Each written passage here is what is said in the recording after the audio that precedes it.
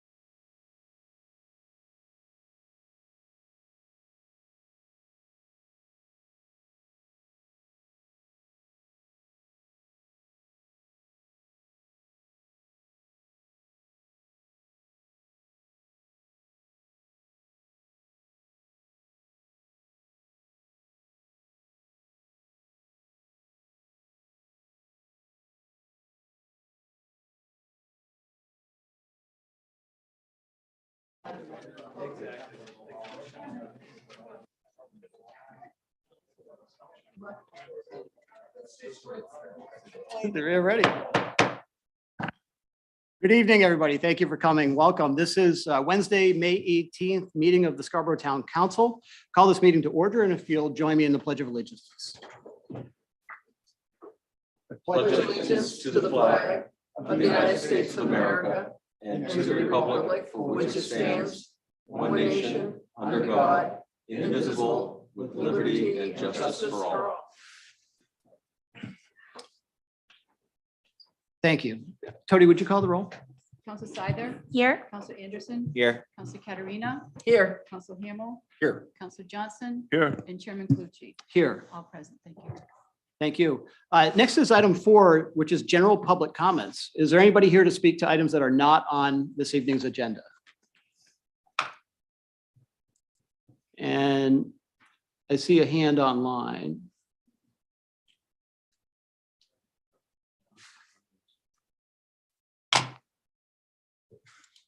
Okay, there's no longer a hand online, so we'll move on to minutes. There it is. Oh, the hand.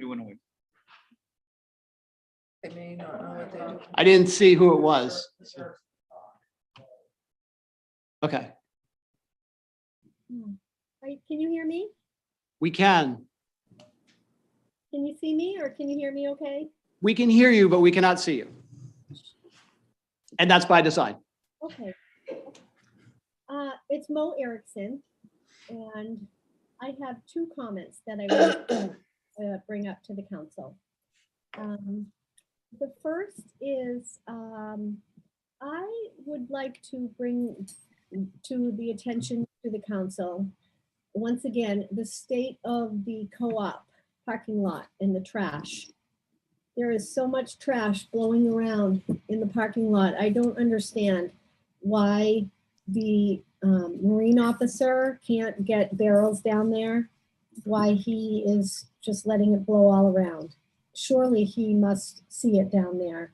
I don't know why he's not calling the community services, or I don't understand. It's blowing. There's one trash can cover, and it's down there, and people are just putting dog bags all over this one cover and bags of trash. And with the wind that we've been having lately, it has been blowing all over the place, into the water, all over the place. So anyway, that's one of the things I'm bringing up.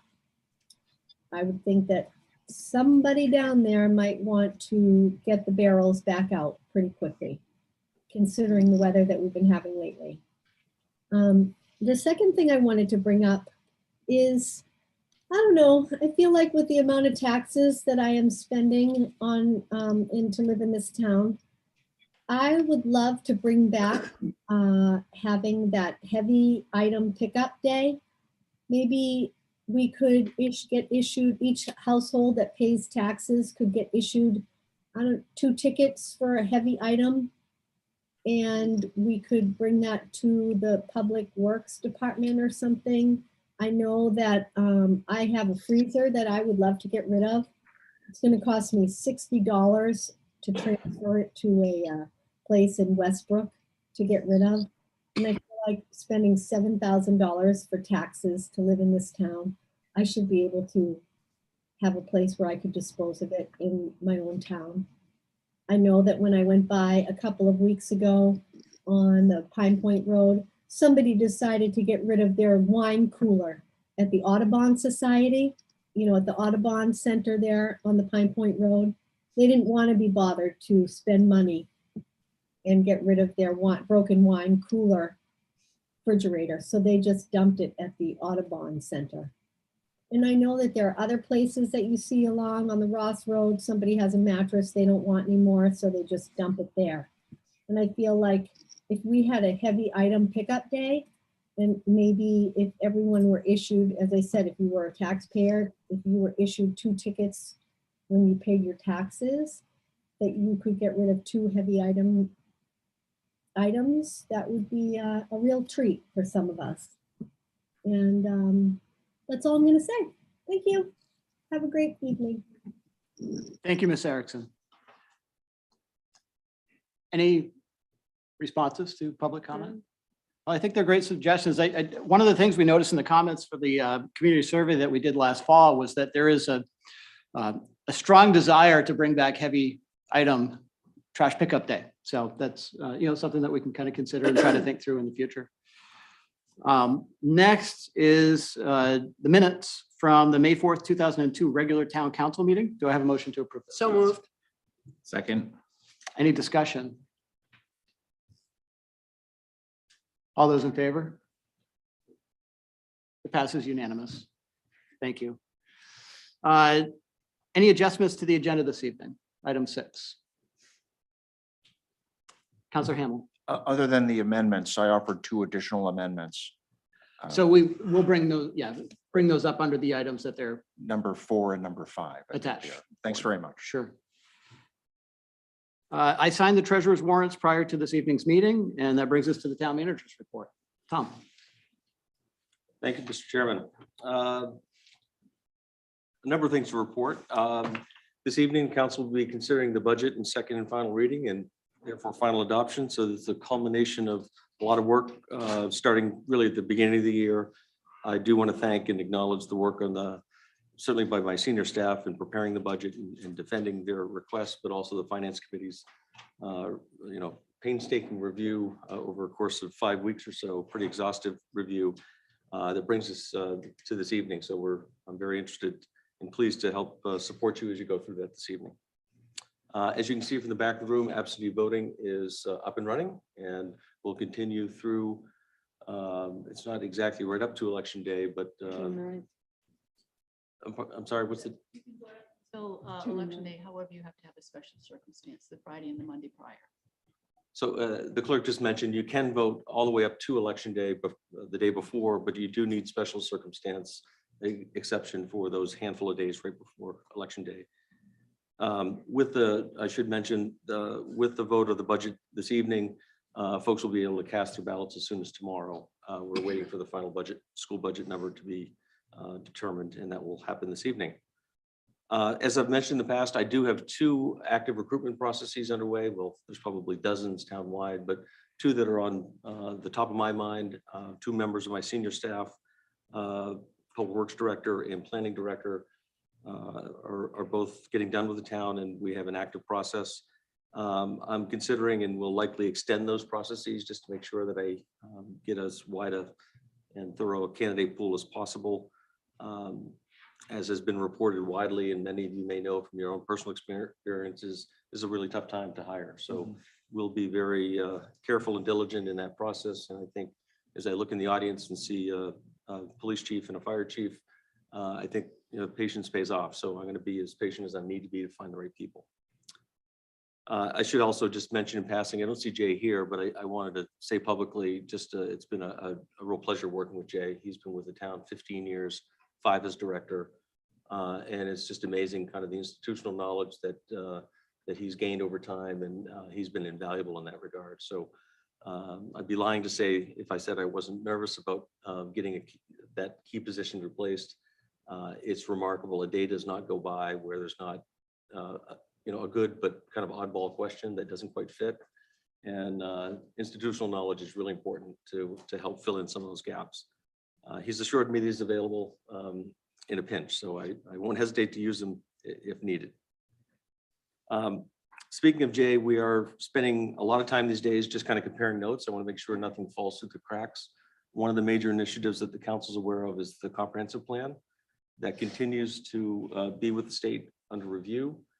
And there really is no cause for concern. I think we're very close. There's essentially one person statewide that is responsible for comprehensive plan review. So there's a backlog. In addition, the plan format and approach we took was a little unconventional. And so I can just envision someone in Augusta with a checklist and making sure that all of those things are met. So Jay's worked very closely with this individual. I think we're in good shape. And of course, Karen Martin has been involved since day one, and we'll see that over the finish line. So I think we're very close in that regard. Just a quick report on our ongoing discussions with the Crossroads development team and the Downs GMO exemption discussion. From my perspective, and perhaps Councillor Clucci can certainly speak for himself, I would say that we're nearing the end of those discussions, and I would expect we'll have something that we'll share with the council and then the public in the coming weeks. And there hasn't been much talk about process, but we've begun to consider what that might look like in the timeline. So I'm anxious to kind of get through that process and get a document that everyone can see and react to and comment on. Last two things, we continue to be heavily involved in the Eastern Trail update. This is to close the gap from the Nonsuch River to Wainwright Field in South Portland. We continue to be challenged with a single property owner at this point to gain access rights. But I heard there was a promising meeting today, so I'm hopeful as soon as next week we may be able to get over that hurdle. And then that will put us in a position to actually go to take the project to bid, and we'll have to see how that all shakes out. So this has been a long time in coming, and I'm very hopeful that we'll be able to move forward with the bid process. And just lastly, from community-wide, Ms. Erickson has spoken in the past about roadside trash. I just want to acknowledge, I think things look great around town these days, due certainly in part to individual residents taking on their own initiative to clean up, but also Public Works has been active, doing some roadside cleaning.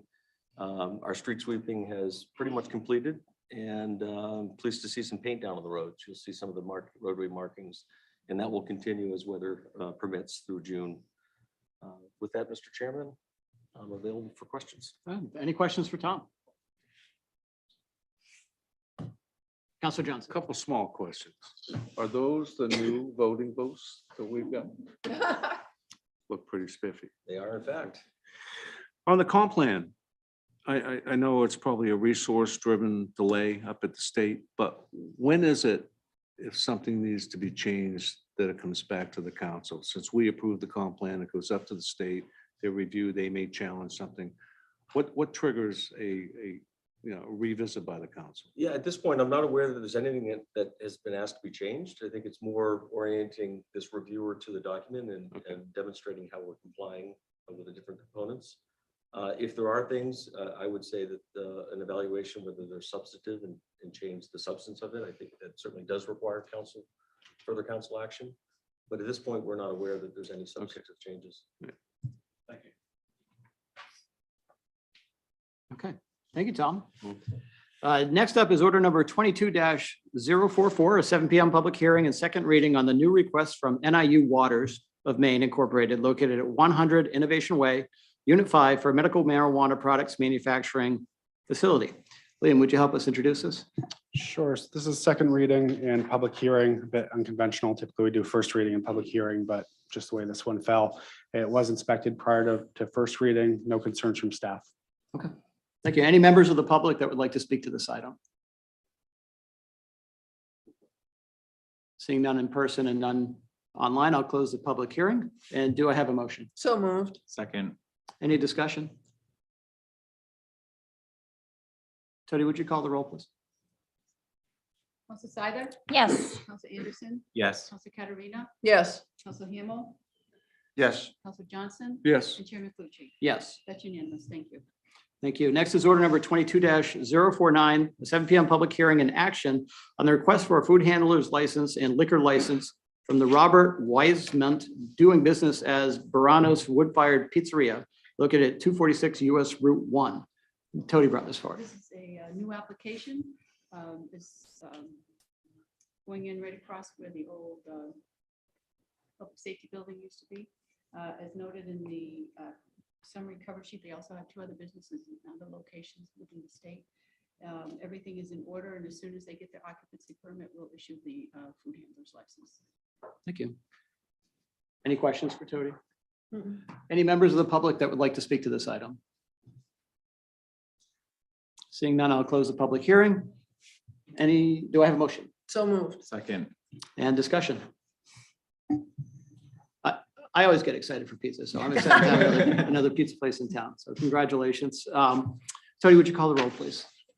Council Sider, Yes. Council Anderson, Yes. Council Katarina, Yes. Council Hamel, Yes. Council Johnson, Yes. and Chairman Clucci. Yes, That's unanimous. Thank you. Next is order number 22-050, 7 PM public hearing and action on the renewal request for an innkeeper's license from Comfort Inn located at 329 US Route 1. And Yeah, if I could offer just a few comments, and these will pertain to the next 5 orders, if I could. Certainly, they're all individual, and I don't mean to lump them together, but I think there's some general comments by way of introduction that might be helpful. As this council's aware, we had one establishment in town, the Fairfield Inn, that was actively involved in providing, I'll say, temporary housing for a very specialized group. It was for kind of an emergency homeless, in addition to an isolation or quarantine location. And that persisted pretty much through the end of 2020 and into 2021. We noticed sometime in the fall of 2021 that a number of other establishments were starting to provide temporary housing at those locations. And I must admit, it's been a bit challenging for us to understand and really appreciate the magnitude of what's happening out there. But through our efforts, we've been able to kind of put those pieces together. And we have, I should not at all suggest that we've not had cooperation from the business owners, but it's been a challenge through all of this. The issue kind of raised to the point that the council was aware of this activity around the first of the year. And I think wisely the council recognized that the council as a body would like to consider renewal of these licenses, really to understand firsthand what's going on and perhaps talk about ways to provide for safety of those folks in those facilities and making sure they're supported as best we can. And also to provide comfort to our residents, obviously. Our strategy as a town staff, and we do have the public safety team here, is really to approach this as a team and kind of lean into the issue as opposed to just kind of react to it. Early on, I think was more reactionary. I think more the last couple of months, it's really been actively involved, and so much so having folks report there, just checking in to see what's going on. In particular, our social service navigator has made really direct efforts to try to intercede and understand and support. So that brings us to this evening. The council directed staff to bring any establishment that had calls for service in excess of 30 calls from the first of the year through tonight. And 5 establishments, the 5 that are before you this evening, have passed that threshold, and therefore they're in front of you. Staff have done facility inspections, and folks are here to speak to those if you want to know more about that, the conditions. But generally speaking, we're very pleased with the condition of all 5 of these facilities in particular. Staff is available to answer questions. I think that might be the easiest way to answer the questions that you have. And I wouldn't certainly, you shouldn't hesitate to ask questions. We have as resources, certainly the full command structure from the police department, as well with the fire chief and his deputy. And we do have the town attorney for support should you need it. And lastly, Lauren Dembski Martin, who's our social service navigator, is here and can offer some background and context to the extent that's helpful. I guess I'll stop there and certainly be available to assist you as you go forward. so I think at this point, the way the order in particular reads is a little more robust than what I initially read. So I think I'll read the full order.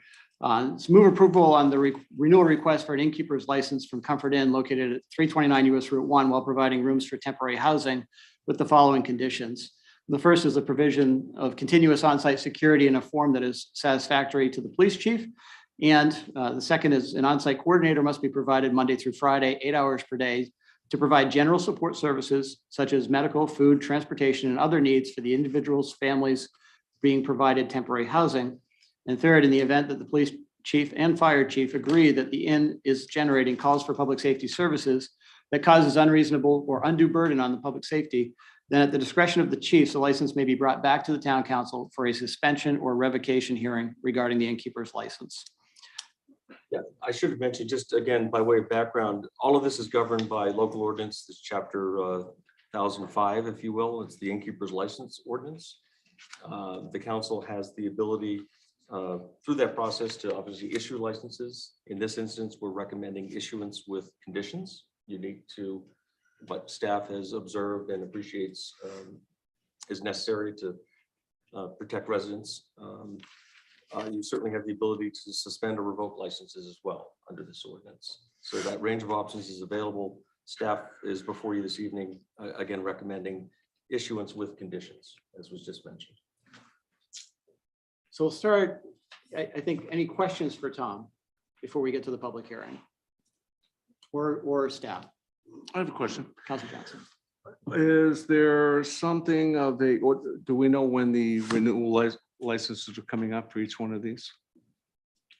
Do now. They're due now? Yeah. Is there an option to grant a temporary renewal? A 30-day, 60-day? That could be an option for the council. Okay, or they typically run year over year? Yes.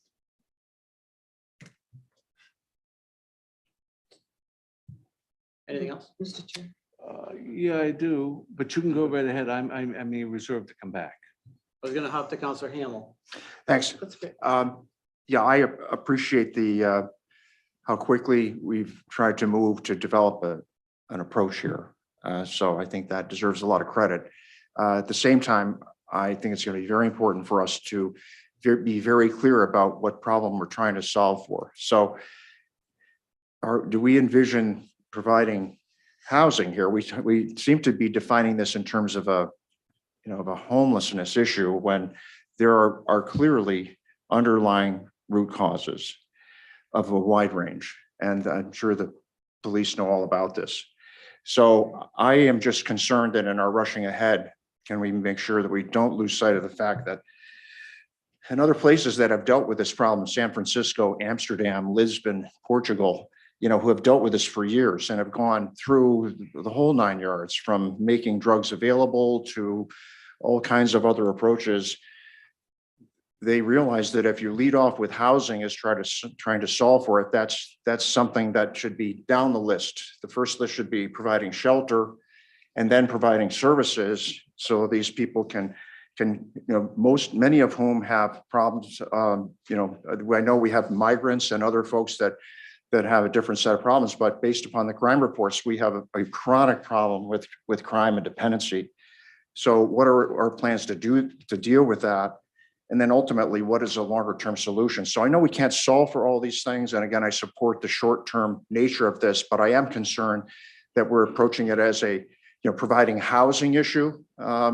This is a solution, number one. And number two, that I'm concerned that even with the call threshold of 30 calls in a period of time, that isn't it possibly the case that we're institutionalizing a certain level of unwanted activity and unlawful activity. So that would be, I don't have a solution for it, but that's my appeal, is that we want to make sure we're really trying to get at the root causes, and we have some specific plans to deal with that.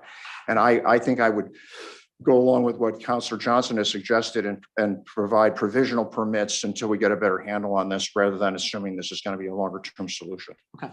So before we get too far, I just want to make sure we're right now at this point in the process, it's questions to understand the item before us, which is action to renew the Comfort Inn's license. And then we're going to entertain comments from the public, and then we'll have a deliberation about what to do. So with that, Councilor Caterina.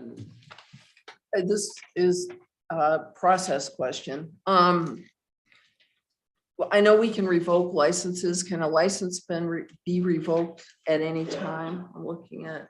Yes. So we wouldn't have to have the process of saying it's 30 days, 60 days, 90 days.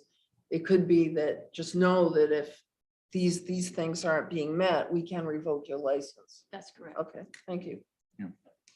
Councilor Anderson. I just would like to understand what would happen if for some reason we decided to revoke someone's license. What would the next steps be to the hotel owner, and what would have to happen after that?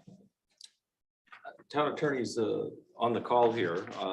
Maybe I'll start and I'll let him finish, and correct me if I'm wrong.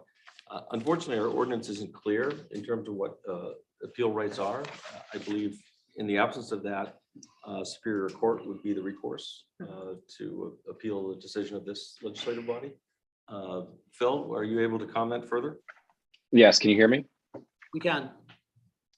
So you're right, Tom. So the first part of the process to answer the very first question was what happens is to revoke, to suspend or revoke a license requires notice and a hearing for due process, and that's outlined specifically in section 8. So what would happen is if you get a report from the police department, for example, or a referral from another department for revocation, it would come back to you and it would be a hearing, and you would allow the innkeeper licensee to speak and anyone else, and then you make a decision. And if you revoked it, that decision could be appealed to Superior Court under what we call Rule 80B. And so that's why it works. If it's revoked, then they would not have the ability to operate the business in the town of Scarborough. While I have the floor, I thought I might just respond briefly to this question about whether the council can issue provisional or shorter term licenses. I've looked through the ordinance. I can't see anything that would allow you to do that. The licenses are for a period of 1 year. So, however, as Councillor Caterina said, you essentially can revoke it. It's essentially provisional all the time, particularly with the condition that's been proposed, because at any time it can be referred back to the council for possible revocation. You could also potentially add a condition, for example, that said you wanted a check-in at a certain point. So you know, a report back in 30 days or 60 days or something like that. But it does appear that the licenses are for 1 year. But again, I think it has the same effect as Councillor Caterina said. So, Thank you, Phil. so just to clarify, so if something was voted as a no tonight, those businesses would be able to continue to operate as is until they appeal, or would they essentially immediately have to shut down? They would not be allowed to operate unless they get a court to stay the decision of the council. Okay, thank you. Welcome. I should say they would not be able to operate. I believe the at May 31st, but Tony might know exactly the date of the expiration, but I think it's by May 31st. That's Yeah. correct. Councillor Johnson. Staff question. I noticed in the packet that we have a police report for the Comfort Inn. Interesting. Why is the police report not included in the other 4 applicants? So I don't know if that's a question for the police, or a question for the staff, or a question of the manager. I believe they are. for They each. are? Yes, they follow the application, I believe, yes. If you're referring. Then to I this- apologize. Maybe there was an update. No, that I this missed. was part of the packet on Friday, so each packet includes Yes. the report. The overall, but I do believe Comfort Inn actually had the categorized of the, yes, right here. This is what I meant. I'm sorry, I did not articulate that well. So was this just done separately and we didn't have enough time to get to the others, or? Perhaps Chief Holmquist can speak to it, but I know they were tracking complaints from this establishment in particular, and I asked him to aggregate them into one report. Right. So I was just, my question was why I don't have this type of report for each applicant? Good evening. To answer your question, sir, I think based on the magnitude of the numbers at the Comfort Inn, we wanted to do a breakdown specifically for that business just due to the sheer numbers and the projected numbers over the course of the year if we continued at this pace. The other establishments, you know, while there's still, those numbers are high for our liking, I think the Comfort Inn drew the attention of breaking it down, calls for service wise to truly show the magnitude of the problem. No, I accept that. And while you're right there, if you don't mind, Yes, I sir. don't want to continue. Reading the application of the American Value Hotel, they clearly challenge your report. Why don't we do that? We're going to have a public hearing and separate action on them. Why don't we do that Okay, when that comes up? I believe the chief will still be with us. Yes. so we can just bring them back up on that one? Yes. Okay. Yeah. So All right. Thank I you. do have a follow-up question to the numbers, as long as the chief is at the podium there, if you'd be so kind as to give us an idea. Could you give us an idea of how you arrived at the 30 call target threshold?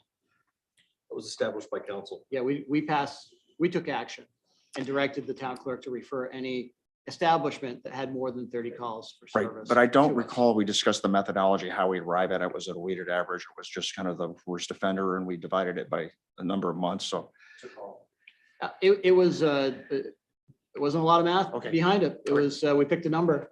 Okay. It sounded like a lot. And then we discussed it and took action. We thought it was a reasonable start. thank you. Thank you. Counselor Anderson. Yeah, so again, in the event we vote no tonight on any establishment, my understanding is by May 31st, their license would expire and they couldn't operate. But has the town talked about what would happen to ensure that those who are currently in those hotels are, you know, helping to get services or get, like, what would be the plan to make sure that those individuals would get placed? We have not considered that option. At this point, they're being placed there under the direction of Opportunity Alliance. And I presume they would continue to assist in placement if those rooms are no longer available. So in any preparation for this, has Opportunity Alliance been engaged, or are they even here tonight? I'm not aware that they're present. I know our social service coordinator has been in very close contact with Okay. Opportunity Alliance. Counselor Snyder. Can someone from public safety walk us through what goes into a site evaluation that generated these reports? The code enforcement specifically. Yeah, just what does it mean that performed a life and safety and local health officer inspection of the Comfort Inn? Turn this over to Chief Kinlan. Perfect, thank you.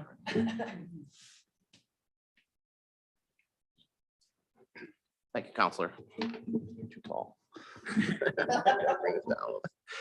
So those inspections were scheduled over the last 7 days. I also operated as a local health officer. Last year, I was appointed by the council to the local health officer position, as well as we also managed the life safety code with Captain John Brennan. Captain John Brennan and I did an inspection, on-site inspection. We walked through every area of every hotel that are on this list within the last 7 days and did that inspection.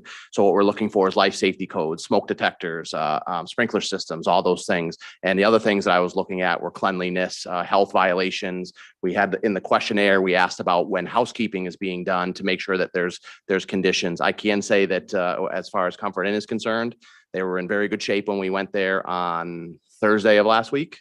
And they had no violations. They had a couple things that we, AJ, the manager and I, we worked on right then and there, and they fixed them right on the spot. And there was nothing glaring that stood out to us that would cause us to be concerned for life safety or local health. Can I ask a follow-up? Yes, sir. So for these types of inspections, was the owners notified that you guys were coming, or? Yes, they was it- were. Okay. They were. They didn't have much notice. I believe it was 48 hours. And one of the things that we weren't able to do at the Comfort Inn was because they're 100% occupied, we weren't able to get into rooms based on some regulations about notifying occupants of their rooms that we weren't able to see. But there was no reason to suspect there were signs of any issues at that time. And that's specific. I'm only speaking for Comfort Inn right now. Counselor Johnson. Stand with the Comfort Inn because that's the item in front of us. Okay, thank you.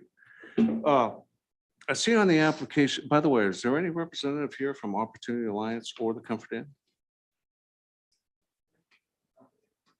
From here from the Comfort Inn? Because I see in the application that when asked the question, are you in any other agreement with any organization to place people of need? The answer was no. My understanding of this is Comfort Inn was initially approached by Opportunity Alliance, and there was an agreement made with either the current owner or the prior owner. Can somebody help me understand that? Because either the application is incorrect or I misunderstand, which I kind of misunderstand at times. I don't have any firsthand knowledge of that, perhaps. Can I ask the applicant some questions? Are you willing to answer some questions?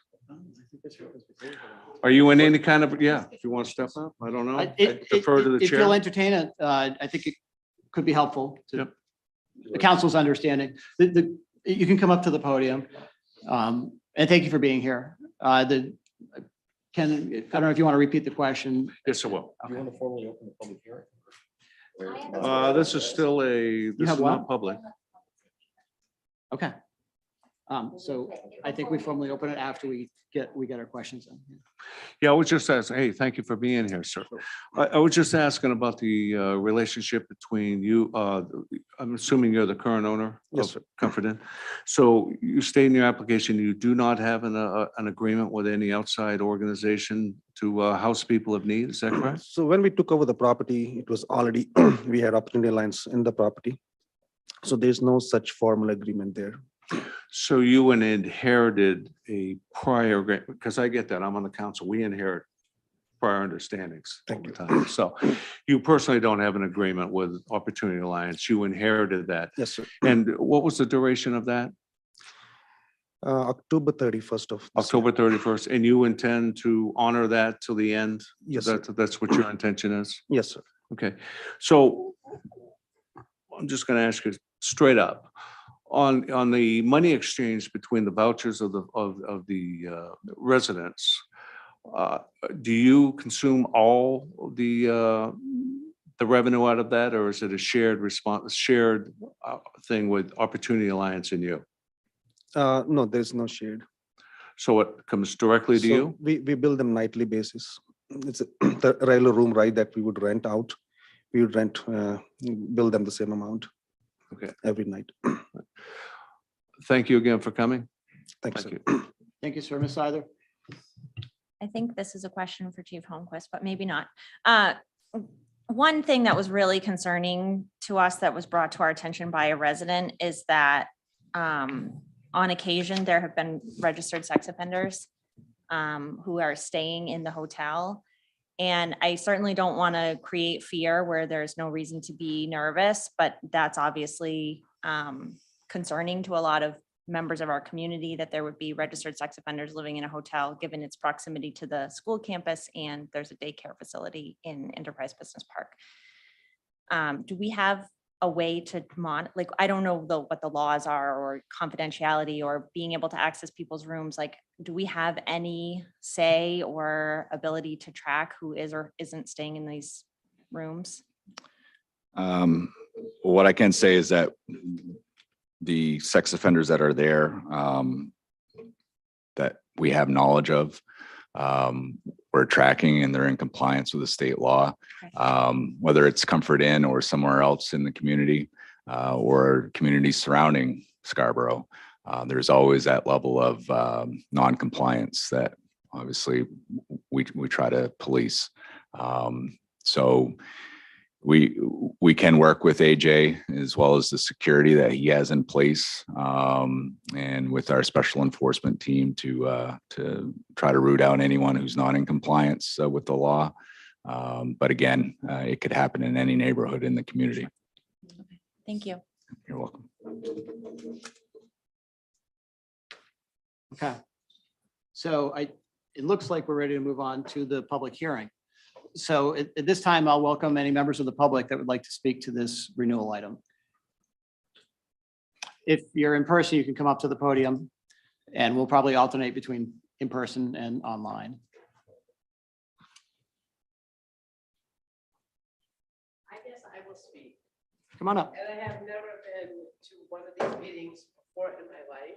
So if you just come up, your name and address, and then you can state your piece, please.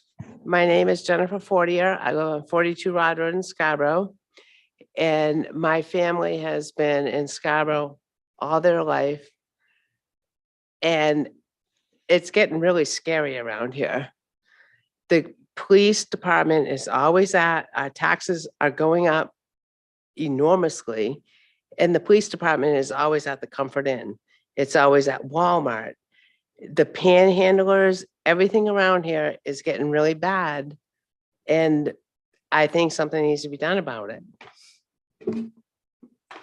I don't know what to say. Like I said, I've never been here before, but I felt I needed to come and say that it's not good what's going on. Thank you for Thank sharing you. that with us. Thank you. Let's go online. I see that Ms. Hamel, Sue Hamel. We are going to ask you to. oh, there Yes, you are. can you, Susan Hamel, Bay Street in Pine Point. First of all, I wish that there would be a way that you would be able to not renew the license and give them a temporary license for 30 or 60 days. But I understand if it's not in the ordinance already, that might be too difficult. But other towns and cities have nuisance residence or nuisance property ordinances, which provide for kind of a progressive discipline or fines, with the final step being condemning a property. And I'd say that it might be time for us to start working on something similar. And it might also apply to, say, Walmart or a store that has a lot of calls for shoplifting. So where it actually costs us money. And so I'd like to see a fine put in here. Maybe something like if you have over 3 false alarms and you're a homeowner, your fine is $250 for every time your alarm goes off.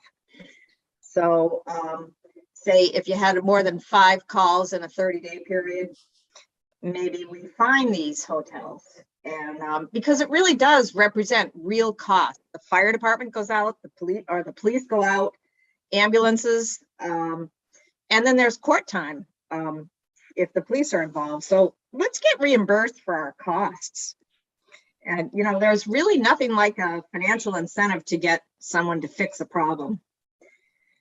And finally, I just want to say that this is really a problem that's everyone is facing across the country. And as Don had said, it's being approached as a housing issue when it's more of a mental health issue. 100% of people on the street have mental health issues if you include drug addiction. And I'm not talking about asylum seekers, and I'm not talking about the single mom who maybe had to leave an abusive husband and is living in her car for a couple of days. These are people who are on the street.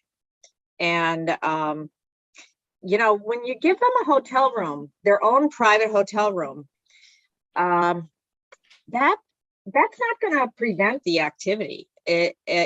Treatment, I mean, you really need to provide shelter first, treatment second, and then housing is a privilege, and that's third. It comes with conditions.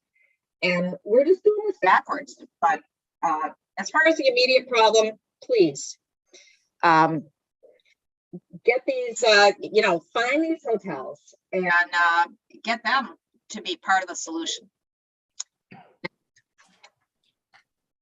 Thank you, Ms. Hamel. Anybody else in person?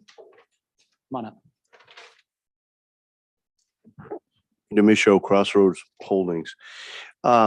We have at the Downs, we have had really significant impacts as a result of this particular Comfort Inn matter. And I'll just give you some examples, but listening to everybody tonight, it's interesting. This is something that is within the authority of the town to deal with.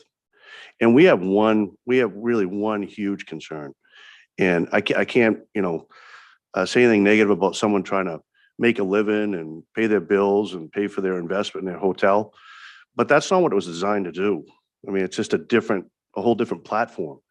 And we're really concerned about people's safety. And the concern for the people's safety lies with this governing body. And I'm actually happy about that because I think we can actually do something constructive. But I do want to mention, we have had, you know, we have anywhere from 250 to 350 people a day working at the Downs. They're picking up needles on the side of the road. Kids see it. We've got needles and other drug paraphernalia in our brand new buildings. That's the stuff when our team has coffee in the morning, that's what they're doing. If you want to see it, come on down. Feel free. Love to show it to you. It'll make your heart fall out of your chest. And I would just say that the safety piece of it, I'm worried about the residents. I get phone calls all the time, all hours of the night. Police department, Chief's team, they've been awesome. They're on it. They do what they can. The jails are overloaded. They bring someone in, if we say, they're trespassing on our property, it's our private property that they're on. They bring them in, they're out. I don't know if it's hours or minutes, I'm not sure. These folks could probably tell you, but they're back there the same day. So my point in mentioning that is that legal system, the loop in that system doesn't deal with us well at the moment. We're not going to fix that, but we could fix the risk of our residents and the risk of our employees that I'm hugely concerned with. These kids down there, there's a lot of families there, and they're seeing this, and it's problematic for us. One other thought, closing thought. This is a touchy situation. It's homeless, it's drug paraphernalia, it's crime, it's criminal activity, all these type of things. We have helped the homeless. We will continue to help the homeless. We do it all the time. We do it philanthropically. I don't regret that. We'll continue to do that. But my point in this situation is there's a distinct difference between a homeless shelter, a hotel, and a place to house illegal activity. I just wish you'd consider that. Thank you.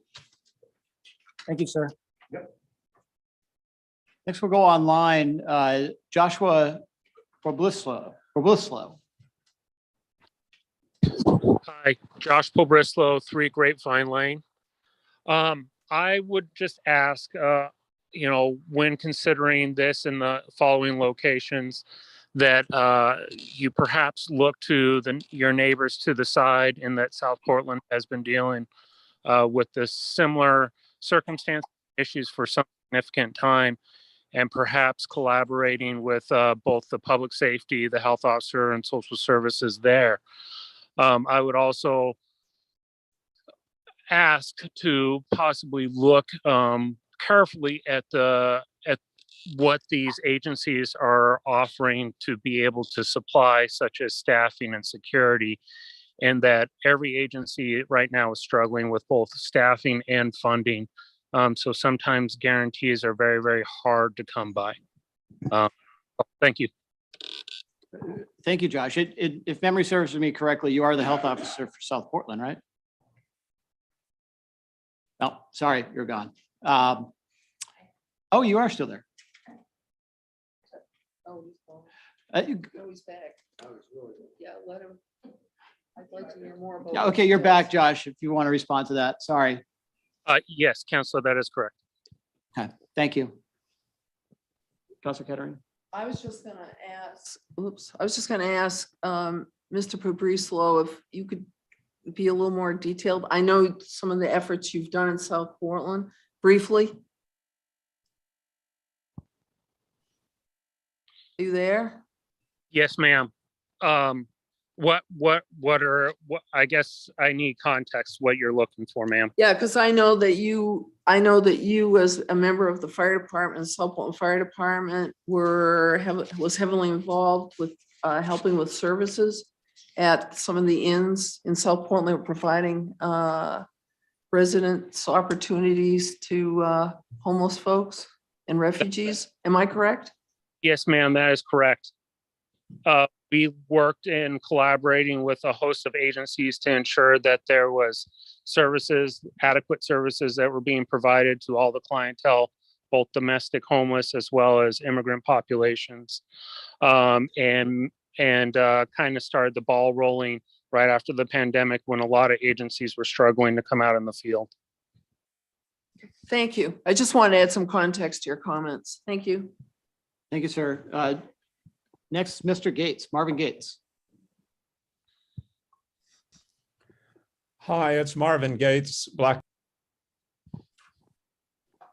We're going to try again, Mr. Gates. Can you hear me? We can. Hi, pardon me. Marvin Gates, Black Point Road, Scarborough. I know all of you are aware of the figures related to homelessness, as far as 25% of them serious HUD study, have serious mental illness, and almost 50% of them have some mental illness. And it sounded as though the previous caller, Mr. Pobrislow, was an officer who understood this in South Portland. Do we have a comparable officer in Scarborough? And my comment is, as much as we want to take care and be sympathetic to people, which we do, are we prepared to provide the 25% of the homeless with the support, mental health support they need, and the other 45% who need some? Are we prepared for that, or are we only housing them? And thank you very much. Thank you, Mr. Gates. I'll say what I know of this program. This is being funded through the Emergency Rental Assistance Program. It's federal dollars. And I think the job one is kind of triage the situation. It is shelter first. To my knowledge, there are not resources, financial or otherwise, that flow along with this that will provide the support services that these folks might need. Many of them, I believe, and I see Lauren on the call, already are involved in the state system of one sort or another. So presumably they have case management. And I know part of what Lauren does is understanding what those relationships are and reconnecting some of those relationships. So I guess to answer Mr. Gates' question, I believe it is first and foremost shelter. That's the most immediate need that they're trying to address.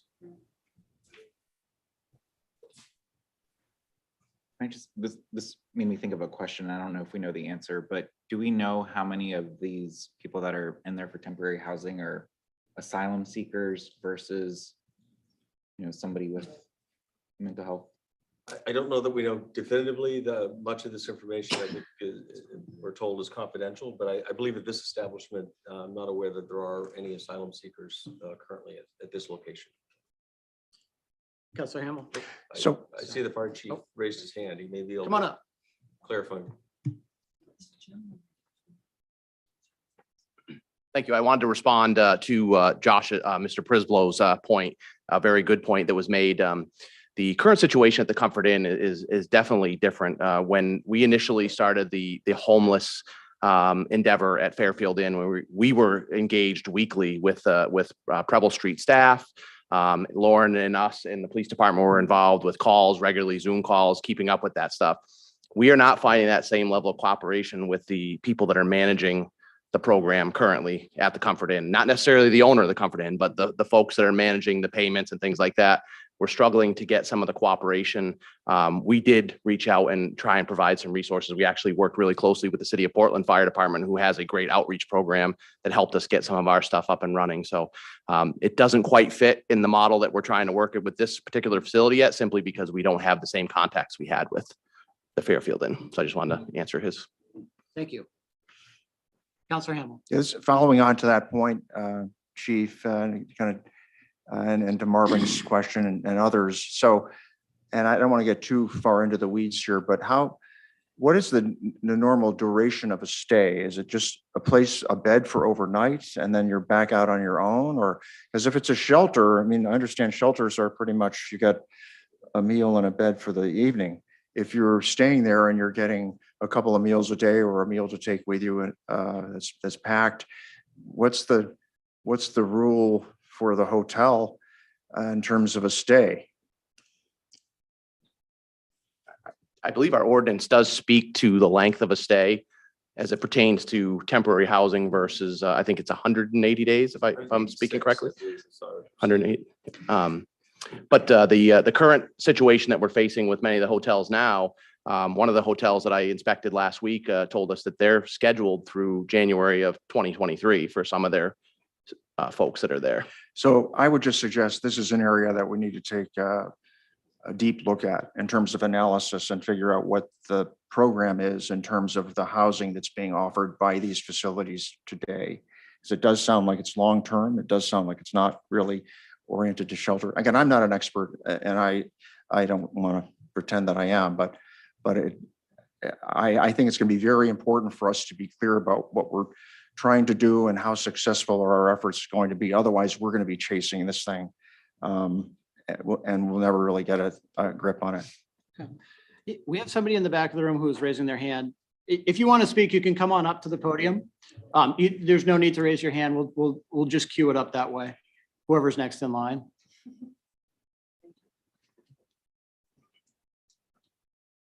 Hey, Jack Patel, owner of the America's Best Value Inn. My question was in regards to the amount of calls that people have been getting. What I want to know is why is there only 5 properties that are housing people that are being, like questioned today? What about the companies that are getting calls that are not getting questioned today? Walmart, for example, I can guarantee Walmart. I don't know if you know how many complaints Walmart have got in the same period of time, or how many calls you've gone. No. So the order that the council passed Yeah. was not specific to hotels. It was any establishment that has more than 30 calls per service in the first half of the year. Or So up until the Walmart didn't renewal. get 30 calls for service. in the So first half of the year? my understanding, and this is something that I've also been looking at, Yeah. is that Walmart does not have a business license renewal like you do. Correct. They don't have a license renewal now, but they will have a license We renewal. do not license retail establishments today. You don't, this town doesn't license retail This town establishments? does not. Okay. Thank you for answering my question.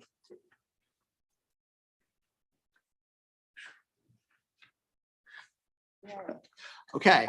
Any other members of the public that would like to speak to this item? Come on up. No need to raise your hand, guys. Just come up to the podium.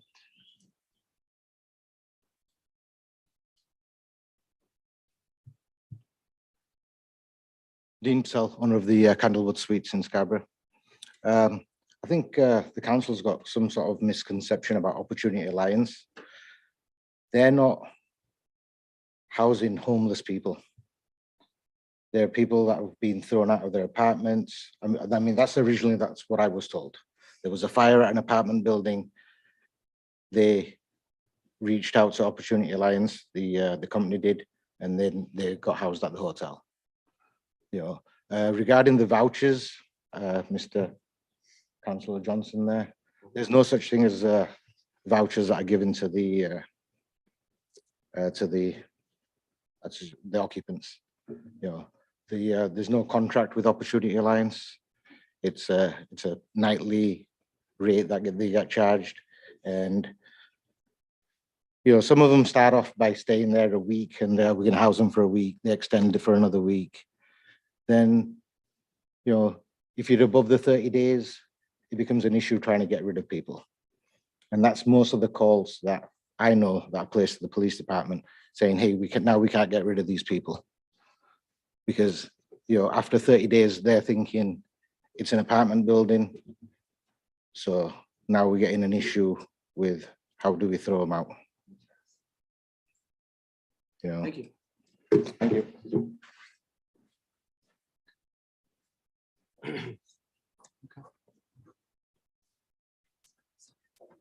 Let me answer your question. So the needle issue that you were talking about, that was passed. So this month starting, we have a security there. So you don't have that. issue. I'm sorry, we can't hear you. Can you speak Try into to the speak into microphone, the please? The gentleman was talking about a Scarborough Downs. There was an issue about the needles there. I think those things, they were passed, they're old. Now, this month, we have a security there. So you will not see those things anymore. Thank you, sir. We're going to go back online. Ms. Dumont.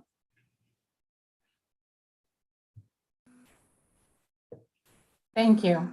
My name is Denise Dumont. I live at 50 Gristmill Lane at the Scarborough Downs, and I pass the Comfort Inn multiple times a day. And thank you for allowing me to speak. I'm voicing concerns regarding the application for business license renewal. And my understanding from speaking with the Scarborough Police Department myself is that the Comfort Inn has been, receiving funding from the Opportunity Alliance to allow the homeless individuals for many months now, and that the majority of these folks are being housed or suffering with addiction and mental illness, and are not necessarily down and out on their luck or had a fire and or challenges with the pandemic. These people have some really serious issues. And we've been told that the Comfort Inn is not working with local resources or agencies that have expertise in helping people with addiction and or mental illness. And this is really, concerning. It does feel like they're just being housed. They're getting money for housing these folks, but these folks are not getting the necessary resources to recover and to be, contributing people to the community. I live in the nearby Scarborough Downs, and I'm very concerned for the safety of our neighborhood, our children, and not only in the neighborhood, but at our nearby schools. I mean, the Comfort Inn is really close to our school systems. And I know many of my neighbors no longer allow their, high school students to be walking home in front of the Comfort Inn to get back to the Downs. As you all probably know, we had an incident this spring where an individual who was high on heroin created a standoff with police, which shut down access to the Downs. We observe and are aware of the numerous police calls to the Comfort Inn and the surrounding area, which is concerning for public safety, but also for the drain on our public safety resources. And frankly, the rate of calls to the Comfort Inn that was publicized in the agenda tonight is alarming. And the owner of the Comfort Inn should be held accountable. And maybe the ownership has changed and maybe things are changing. And if it is, I'm happy to hear that. I'm someone who works in healthcare. I have compassion for people who need help. I understand that resources are limited and systems are broken, but I also want to ensure the safety of our families, schools, and our neighborhood. Many of us no longer allow our students to walk home from school across in front of the Comfort Inn. If the town council approves the renewal of the Comfort Inn's license, then I would ask that the owners of the inn be forced to work with community and county resources to provide mental health and addiction services to the people that they are housing, and not simply just receiving funding, them up and being forced to be part of the solution and not the problem, part of the solution to the problem. This is a deep issue. As we know, our healthcare system and emergency rooms are overrun with individuals presenting who are mentally ill, drug addicted, and overdosing.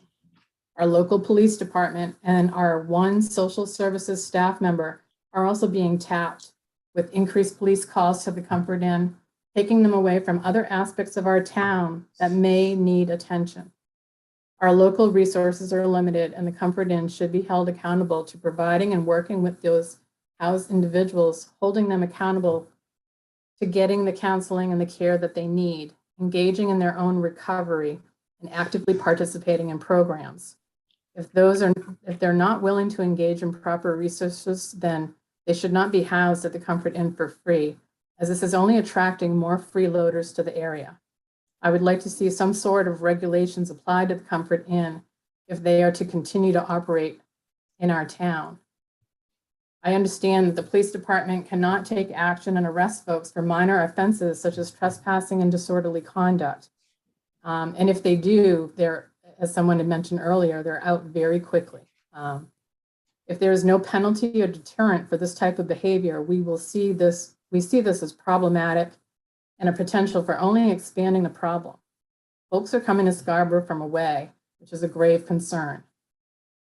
If the Comfort Inn cannot be held accountable to working with the community and community health services and addiction resources and holding their long-term residents accountable for being actively engaged in these programs, then I would support the decision of the council to not renew their business license. I feel strongly if the owners of the Comfort Inn are to receive the grant funding from the Opportunity Alliance, then they should also be actively engaged in the solution of community reintegration and healing for these individuals. I worry about the displacement of these individuals should the Comfort Inn's license not be renewed, and the possibility of them camping out in our backyards and in our neighborhoods without the ability of the police to make the arrest for trespassing or disorderly conduct. I appreciate the work of our town manager, our town council, and the public safety personnel in dealing with this very difficult problem. It's not an easy solution, and I really appreciate everyone's conversation and involvement with this. Thank you. Thank you, Ms. Dumont. Mr. Publiso, you have your hand up. I'm assuming that it's a mistake. Did you want to speak again?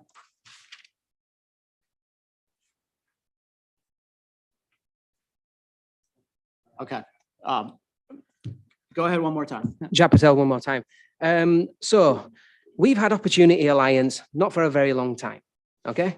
Now, when we got Opportunity Alliance in, again, like my brother said, my brother's the owner of the Candlewood Suites, I'm the owner of the America's Best Value Inn. We got them in under the pretenses that these were people that were displaced from their homes, their current homes, fire, COVID, whatever it may be. That's what Opportunity Alliance told us. We're having a hard time kicking these people out, which, like my brother told you as well, which obviously the fire chief and the police chief, they know all about our situation, both hotels. What I'm trying to figure out is, last year, I have drug users at the hotel. They book through Expedia. How can I vet them? I have a 16-year-old kid that tries to party with other high schoolers. They book through Expedia. How am I trying to vet them? How are we trying to possibly vet every person that's coming into my property, firstly? Secondly, that goes against human rights laws as well. So we're on a touchy subject on this matter. Same with, you know, what sort of conditions do you have? Mental conditions, health conditions, physical conditions. We're not really allowed to ask these questions as a hotel. So that's what my mine's a question to you guys. What do you suggest we do? Anything? I'll give the opportunity to respond, but we're gonna enter deliberations in a little bit where I think some of Okay. that will come out as well. Counselor Hamel, did you want to? No, I'd rather let the process move forward, and I'll chime in at the appropriate time. Thanks. Just wanted to chair, if you don't mind, occasionally we need to let the folks know the public hearing is not a Q&A with the council. So we're hearing you, we're not ignoring you, not answering you. It's important that maybe we reiterate that on occasion. Thank you. Okay. Yeah, exactly. And we do allow a little interaction now, but given the nature of this this hearing, that you know, it's a little more formal. Come on up, ma'am.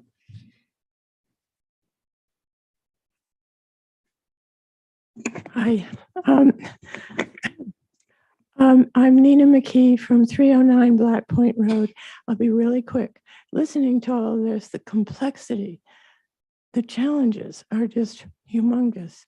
And my heart is with everyone who's trying to help. But my suggestion is that maybe the town council could hire a coordinator who could work with each of the hotels in trying to get the services, in trying to work with the people who are there.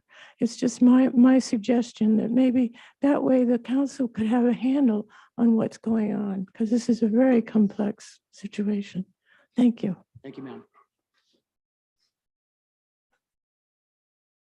With that, I got to close this public. I tried to. Josh, would you like to speak? Yes, please. Yeah, okay. Josh Pobrislow, 3 Grapevine Lane, Scarborough.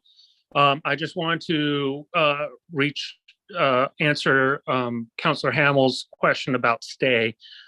Stay can be incredibly variable based off of the situation and all the subtle nuances associated with it. But the ultimate objective is to get every individual into stable, long-term housing. However, that crisis, or that has been exacerbated by the housing crisis that we are currently in. Yes, and that is all. Thank you. All right, thank you. And now I'm going to close the public hearing on this item. And do I have a motion? So moved. Second. Discussion. We'll start with Counselor Hamel, and then we'll work this way. So, so this has been very helpful in terms of trying to develop a deeper understanding of the problem. And it reminds me of when we were approached as the town, and in the dead of winter, I forget the agency, but it was because of a crisis with people being outdoors during the winter in the Portland area, and not having any place to stay, no roof over their head, and there was no room in the shelters. So we agreed to let folks into the Fairfield Inn, and we did that for initially 3 months, and then we extended beyond that.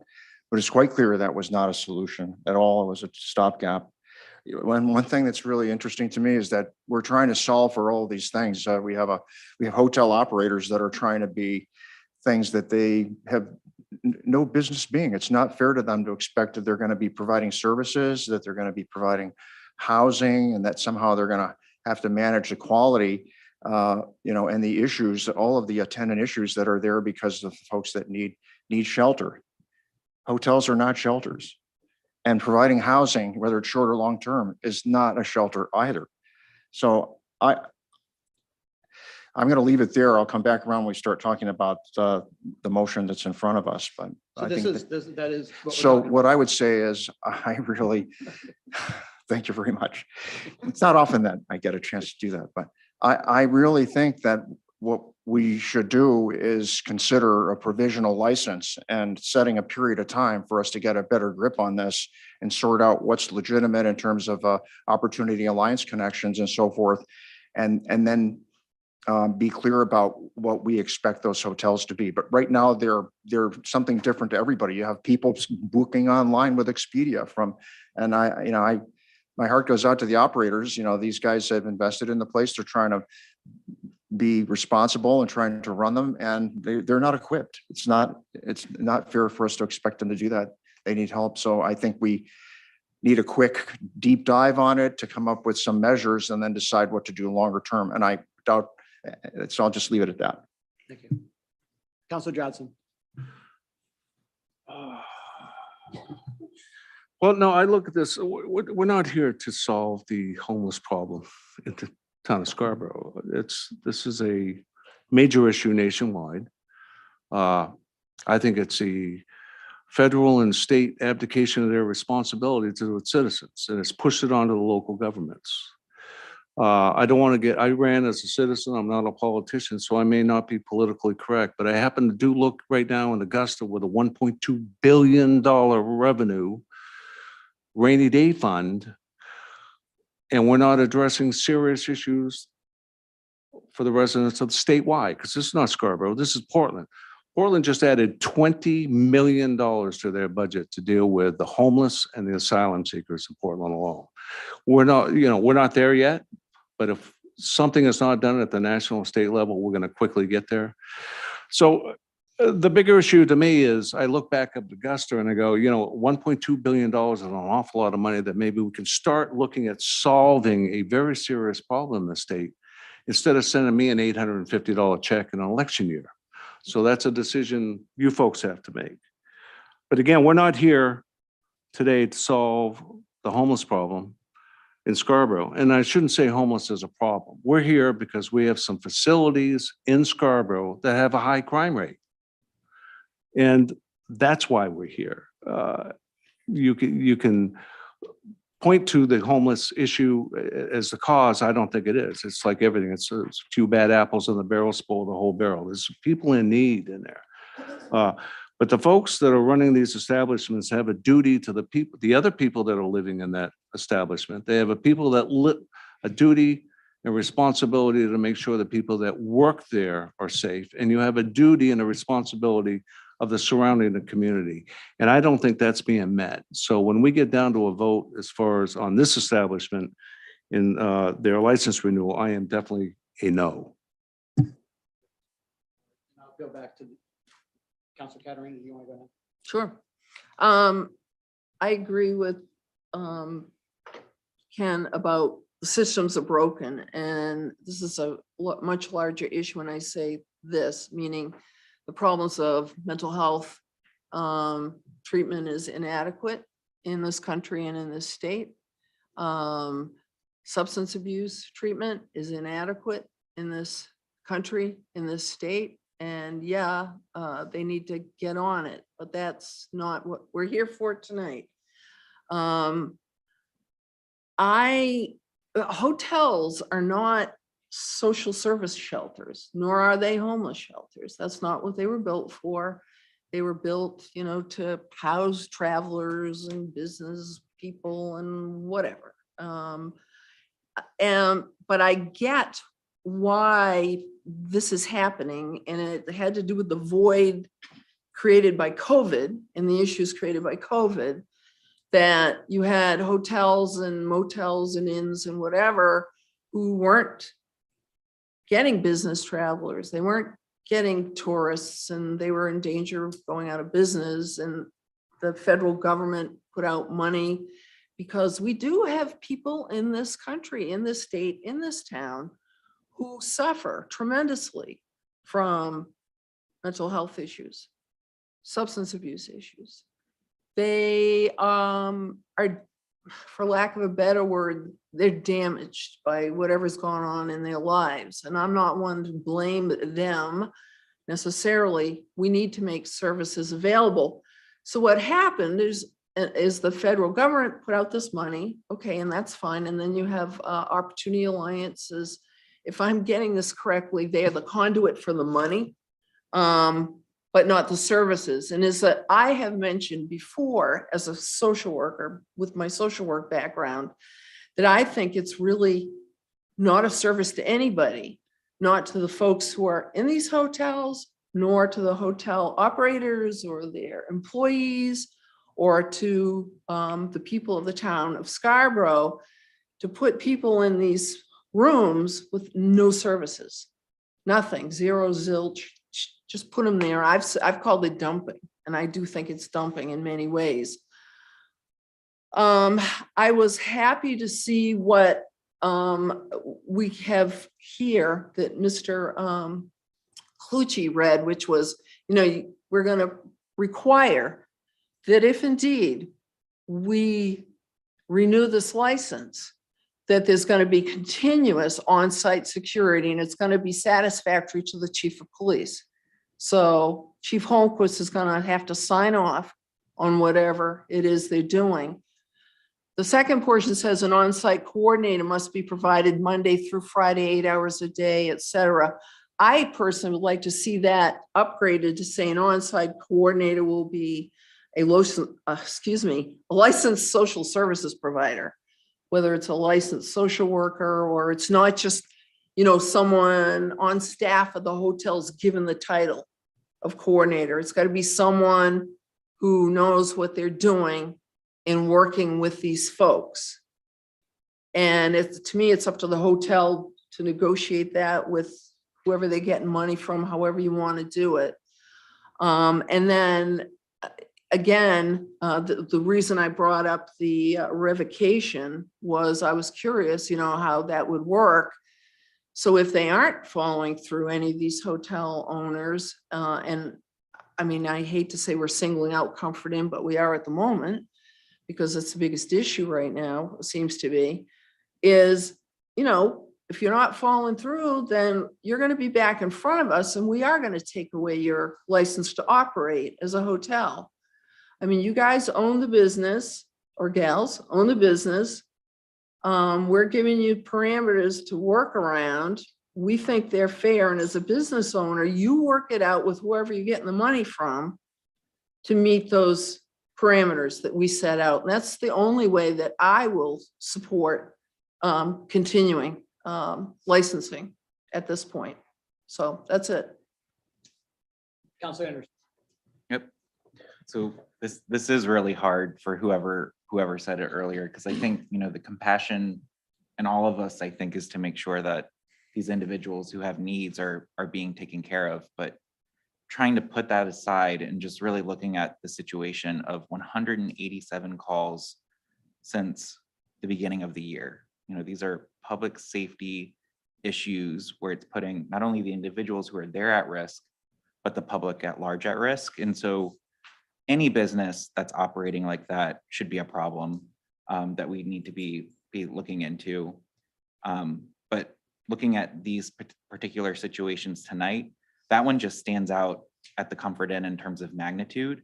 I worry about the constraint it's going to give to our public safety team. I worry about what that's going to mean for other individuals in the community who have a call in but can't get service because we have people at the Comfort Inn dealing with these types of situations that have been brought forward. This one in particular, I think, is just so far away from the rest in terms of calls and issues. I don't see how any of us can support a business like this that's operating this way. So for me, I'm definitely going to be a no tonight for this one. Thank you, sir. Ms. Seither. From a process standpoint, I'm a little concerned about the council taking action to revoke the license if the owner of the hotel is actively working to no longer have a relationship with Opportunity Alliance.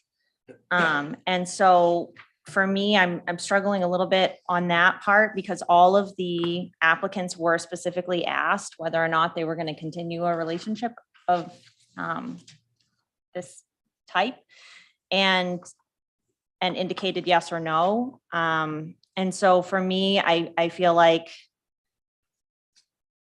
I would like to discuss and lean more heavily on the provisions that we laid out in the order, and see if there's some way that we as a council can take action that is strictly contingent on whether or not they're providing rooms for temporary housing. Because if they're not going to be doing that anymore, I worry that we're going to take action to revoke someone's license and that's going to create an unintended consequence for a lot of people. Obviously, I agree with the comments that have been made. I address this issue with a great deal of compassion, both for the residents who are concerned and for the individuals who are being housing who clearly are not getting the services that they need. This is really difficult. But what is in front of us as a council is a request for a renewal and a set of 3 bulleted provisions that we need to discuss and decide whether or not, if these provisions are met, do we want to renew the license or possibly amend these provisions and tighten them up. Thank you. So we all look at this through our own lens, right? And so I'm going to share a little bit of mine. I grew up in Lewiston. My father ran a small convenience store in downtown on Pine Street. There was 10 rental units, right? Upstairs, he had a couple families. He always kept a couple for transients, people that may not be quite where they'd like to be in life. And it was always stressful. It was always a struggle. And a lot of times you had to kick them out, but that's kind of the way it worked. And this was a long time ago. Then he went into the motel business in Old Orchard. So I grew up in this business. It's not Greek to me. It wasn't a nice motel, but although we took pride in it, we thought it was nice, but it certainly wouldn't qualify, for, standards of a national chain or anything like that. It was not uncommon for us to deal with unruly guests. And over time, we developed systems and techniques and procedures and ways of handling it so that, and now it's actually a pretty nice hotel, one of the top tier hotels in the area. I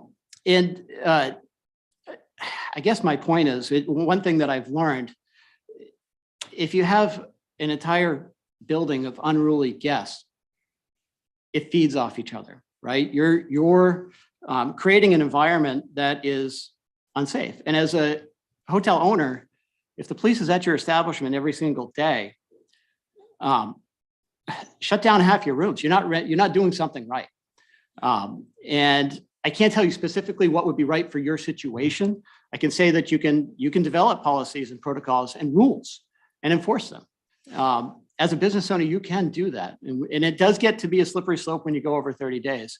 I understand that. You're changing, you're no longer providing accommodations, you're providing housing. And our ordinance, maybe there's a gap there, right? Maybe we need to look at that in the future. But as a counselor, my relationship is with the business owner, and I'm judging whether you are qualified to operate this business in our community. And based on the facts before me, I don't think you are. So I do not support renewing this particular business license. And that's the only piece before me right now. I have empathy for everybody else that's involved as well. And I want to work to help them. So that's my piece. Councilor Seiler. Can I ask another process question then? And this might be for town staff. If we don't renew the license, what is the option for the owner to reapply? Well, I've heard revocation mentioned, and that certainly is an option. Suspension is also an option. I just mentioned that as part of the conversation. In either of those cases, though, the ordinance does specify that it's for reasons of non-compliance with ordinances, statutes, and regulations. I did make certain the town attorney was here tonight to assist you in that effort. So if you're contemplating either suspension or revocation, I would remind you that you really need to establish findings essentially in support of that decision. I guess I look to the town clerk in terms of what happens tomorrow. That's really what your question is with an action like that. Notified, probably certified mail, but Phil could probably assist on this too, that the license was revoked and that they're not going to be renewed for the new year. And then the process, I believe, that was indicated by the attorney would be to appeal. Beyond the legal aspects, and Phil, if you have anything to comment here, please do. I think there's some practical and logistical challenges as well. We'd be fooling ourselves if we think that the place is empty tomorrow. These folks still have a dire need of shelter, and where they go is, I don't know. So it seems like the way we frame this is we don't approve these tonight. They're, that's it. And then we go through a process. They have to, go in the direction of getting out of the business, right? So it does seem to me that the way this is framed as an action is harsh. It doesn't really give them enough time to really do anything other than get out of the business. So as I understand it, and help me, Tom, if I got that wrong. No, I think you're right. Suspension, certainly revocation is harsh. It's absolute. And that's in large part why we propose renewals with conditions. And our intent was to propose conditions that intend to address the sort of concerns that we see. And I guess the final piece, and purposely we have left this up to the discretion of the police chief and fire chief as to whether compliance is being met and whether or not you need to reconsider this. I think it'd be very difficult to define a specific standard. And I certainly trust, and I hope you trust the discretion of our professional public safety personnel to bring issues back to you that are worthy of your attention. So if I may ask one more follow-up question. So if we do not approve these licenses, then that means or say we approve the licenses, they're good for a year? Okay. So I think, the only thing I'd say is that we've got something that's harsh. If we say no tonight, that's really hard. And if we say yes, that ain't good either, because we're giving them an open-ended opportunity and time frame to just keep going, and we have no handle on what we're going to do when and how. So that's what just my understanding. Sorry, everybody's pointing fingers at me and then to Tony. So No, if you approve it as it's written, it's not really open-ended, because the last bullet, it says if the police chief and there's a clause in there that they can bring it back to the council if they find. So, but we haven't really defined what that is. It's just kind of based upon what the public, and this is not a negative on our public safety ability to do that, but it does seem to me that there ought to be a better way for us to get more detailed than that. But maybe this is not the time to do it, but anyway. We honestly have thought long and hard about what those hard lines or benchmarks might be. And I think leaving it to their discretion really is the best way to proceed in this regard. But there would be nothing preventing us from coming back and getting a handle on this, or establishing a committee, a focus group, a group of experts to come back in 30 or 90 days and say, here are the measures that we need to have implemented. And it's not just, policing, it's the other issues that we mentioned. Because I just am a little uncomfortable with leaving it open-ended like that. Councilor Caterina. Yeah. Sorry. Well, we've got some parameters here that I read. We've got the provision of continuous on-site security, and it has to be satisfactory to our chief of police, and he knows security. Then we have the on-site coordinator provision, which I'd like to amend and make it needs to be a licensed social service provider. And then we have the third piece that says that the police chief and fire chief are going to be keeping an eye on what the heck's going on there. And then it can be brought back at any point for suspension or revocation. As much as, it's like, it'd be really easy to say, that's it, we're shutting you down. Well, it's not that easy. And I don't think that I hate to use the word fair, but fair to the owners or to Opportunity Alliance or any of the parties involved or the people who are sheltered by the hotel right now, any of these hotels right now, to just pull the rug out. I think that you need to, now it's like being, I don't know about the rest of you, but I'm a mother. And it's like, if I haven't laid down the law and told you what the rules are, I'm going to do it now. And God help you if you break the rule, because I'm going to throw the book at you. That's just how I operate. But we need to be setting these parameters and then go from there. That's my opinion. Counselor Sider.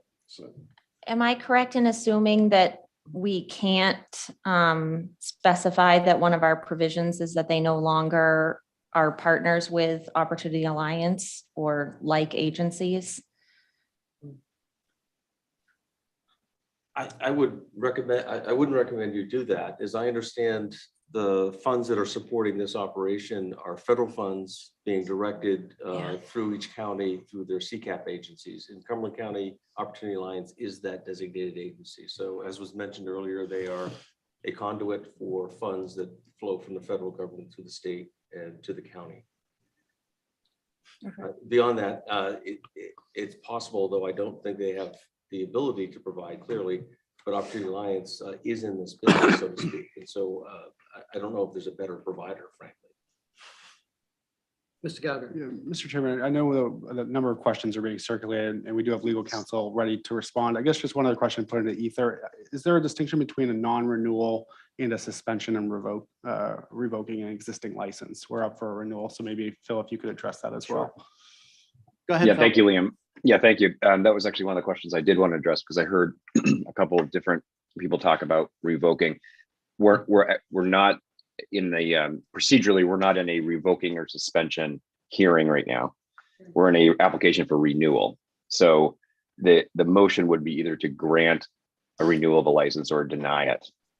If you, in my view, it's too, if you want to revoke the current license, which would expire in 2 weeks, you would need additional notice and hearing to provide the opportunity for that owner to be prepared for that. That was not, because it was not advertised that way. So you're in the position of denying or approving the renewal license. So thank you for that question. I also wanted to just 2 more points to address some of the conversations I'm hearing. Although I mentioned earlier on that the ordinance doesn't anticipate a provisional license or a shorter license, I do think the council could add conditions that would essentially act as the same thing.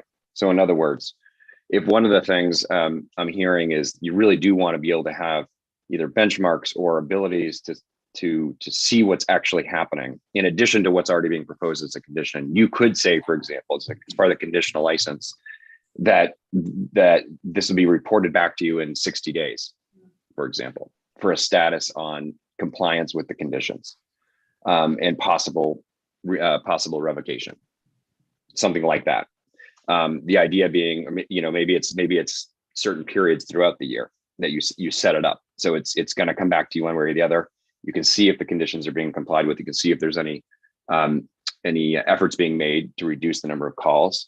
And it's right in there. And because one thing I'm hearing is that you do want to have a little bit more control, perhaps, than just having it referred to you.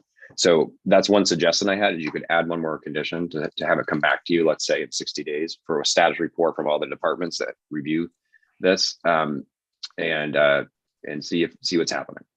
The last comment I would say, and I think it is something I need to say, to be careful here, and it sort of came up in the last question, is I do not think you could limit the type of person or the type of provider that a hotel can work with. There is the Fair Housing Act, which prohibits discrimination on the basis of disability. One of the property owners mentioned that the hotel owners are subject to the Fair Housing Act. Fair Housing Act also applies to municipalities and how we apply our ordinances. And so we cannot discriminate on the basis of disability, and disability includes certain categories like alcoholism, mental illness, and others. It does not include people who are currently using illegal drugs, but it includes a large percentage of people who may be housed in these places. So I wanted to make sure that you understood those obligations in the Fair Housing Act. We cannot discriminate on basis of these categories. Okay. Thank you, Phil. Welcome. Counselor Johnson. Yeah, thank you, Phil. It's always good to have an attorney to level set once in a while. Because again, I don't think anybody here is trying to discriminate against who the resident is. We're here today because the establishment has run amok. And I hear these harsh comments. This is too harsh. You know, again, I'm a citizen, not a politician. This is not the first time this applicant has been hearing this. Okay, he has met with the town manager. How many times, sir? There's been discussions going on. Nobody here is hearing this for the same time. Actually, think about it. The police have been on my establishment 187 times. Okay, there's a problem here. So this is not harsh. We're not meeting for the first time. We're discussing it for the first time. That's why this can get awkward at times. They're not hearing it for the first time. They're well aware they've got an issue and they're not doing anything about it. So again, I'm a no, no, no. Thank you, sir. There's been, some talk anyways about amending the conditions. Does anybody want to offer anything up? Yeah, I would amend, well, we don't, it's an on-site coordinator. I would, how would I want to put this? So the second bullet. Second bullet point. An on-site coordinator must be provided, blah, blah, blah, blah. And you could put at the end of that, such on-site coordinator be a licensed social services provider. Second. Motion's been made and seconded. Is there any discussion on the amendment? Seeing none. Tony, would you call the roll on the amendment? Which, go ahead. Counselor Sider, Yes. Counselor Anderson, Yes. Counselor Katarina, Yes. Counselor Hamel, Yes. Counselor Johnson, No. and Chairman Clucci. Yes. Motion passes. And I'd like to offer another motion if I may. Okay, so we're back to the main motion as amended by Counselor Katarina, Counselor Hamel. So I'd like to offer an additional amendment so that this is not open-ended. I think we should say that these are provisional for a period of time, that we would renew it subject to review in 90 days. And in that time, I would hope that we would spend a little time trying to understand what we're dealing with. I don't think we have our arms around completely what we're dealing with. So I am very concerned about making a long-term commitment, possibly a year-long commitment or longer to the current situation, whatever it is, either in terms of the calls around criminal activity, but also the other issues. Yeah. Let's try to get back to what the amendment is. Right. The amendment is a provisional approval to be reviewed in 90 days. Okay, so a fourth bullet. Tony, were you able to capture that? Yes. Okay, so motion's been made. Do I have a second? Second. Any discussion? Is there appetite? Oh, sorry. No, Gina. go ahead. Is there any appetite on the council to make a friendly amendment and make that 60 days? Well, he could withdraw. Yeah, I'd say the only thing is bear in mind, we've got some work to do in that time frame. So I want to be fair to the applicants and fair to the folks So he wants to at the keep it on the table. table. So Okay. Not that you can't amend it afterwards. Yeah, I'll think about it for a minute. Counselor Geez, Katarina. I'm switching with Dawn here. Because I'd say 45 days. There's no reason we can't have a report back on where they're at in 45 days, but that's my opinion. In working towards these goals. Okay. Any other discussion on the amendment, which is to place a time limit on the renewal, 90 days? Did I restate that correctly? yeah, I'm sticking with 90, but I could be persuaded. Let's see what the vote says. Purpose of clarification, what is to occur at that Right. increment? Well- I think what you're proposing is to allow this town to maybe more fully explore a longer term and better, more global solution. Yep. Whereas what I'm hearing from the other end of the table is reporting on how things are going. Right. These are two totally different. Right. measures. I think, so why don't we do this in two pieces? We do 45 days to see how it's going, and then 90 days to come back with more detailed recommendations on longer term solutions. Procedurally, are you going to withdraw your motion? I'm going to withdraw my initial 90-day motion, and if I might, Is the second also going to withdraw? Yes. Okay, thank you. So and now we're back to Now we're the starting main over. motion as amended Right. by Counselor Katarina. Do you want to let somebody else try to offer it up, or you want to sure, restate? go it? right ahead. Go ahead. Counselor Me? Katarina. Okay. I would offer an amendment that's saying, police and fire department will report back progress towards meeting these goals in 45-day, I don't know, do I want to say 45-day increment? I hate this off the top of my head. Make their first report back in 45 days as to the progress being made towards the provisions. I don't know, someone help me with. the Provisional wording. approval. So. In other words, I want some data. I want to see Yeah. that they have interviewed or they have hired, they've hired an on-site coordinator, the person's there. The security system's up. We've been seeing that. We are seeing a definite reduction in the calls for service, whatever. So what am I looking for here? Mr. Hall just could have. Well, I'm just gonna draw the distinction. You can direct staff to do anything separate and apart from this license that's in front of you. If the Okay. effect that you want to have here is to make the license time limited, Yes. provisional or limited in some way other than a year, then it really needs to be specific to the license. I think the staff can report to you outside of this license process. I have an idea. So withdraw mine. Okay, So you withdraw. withdraw. That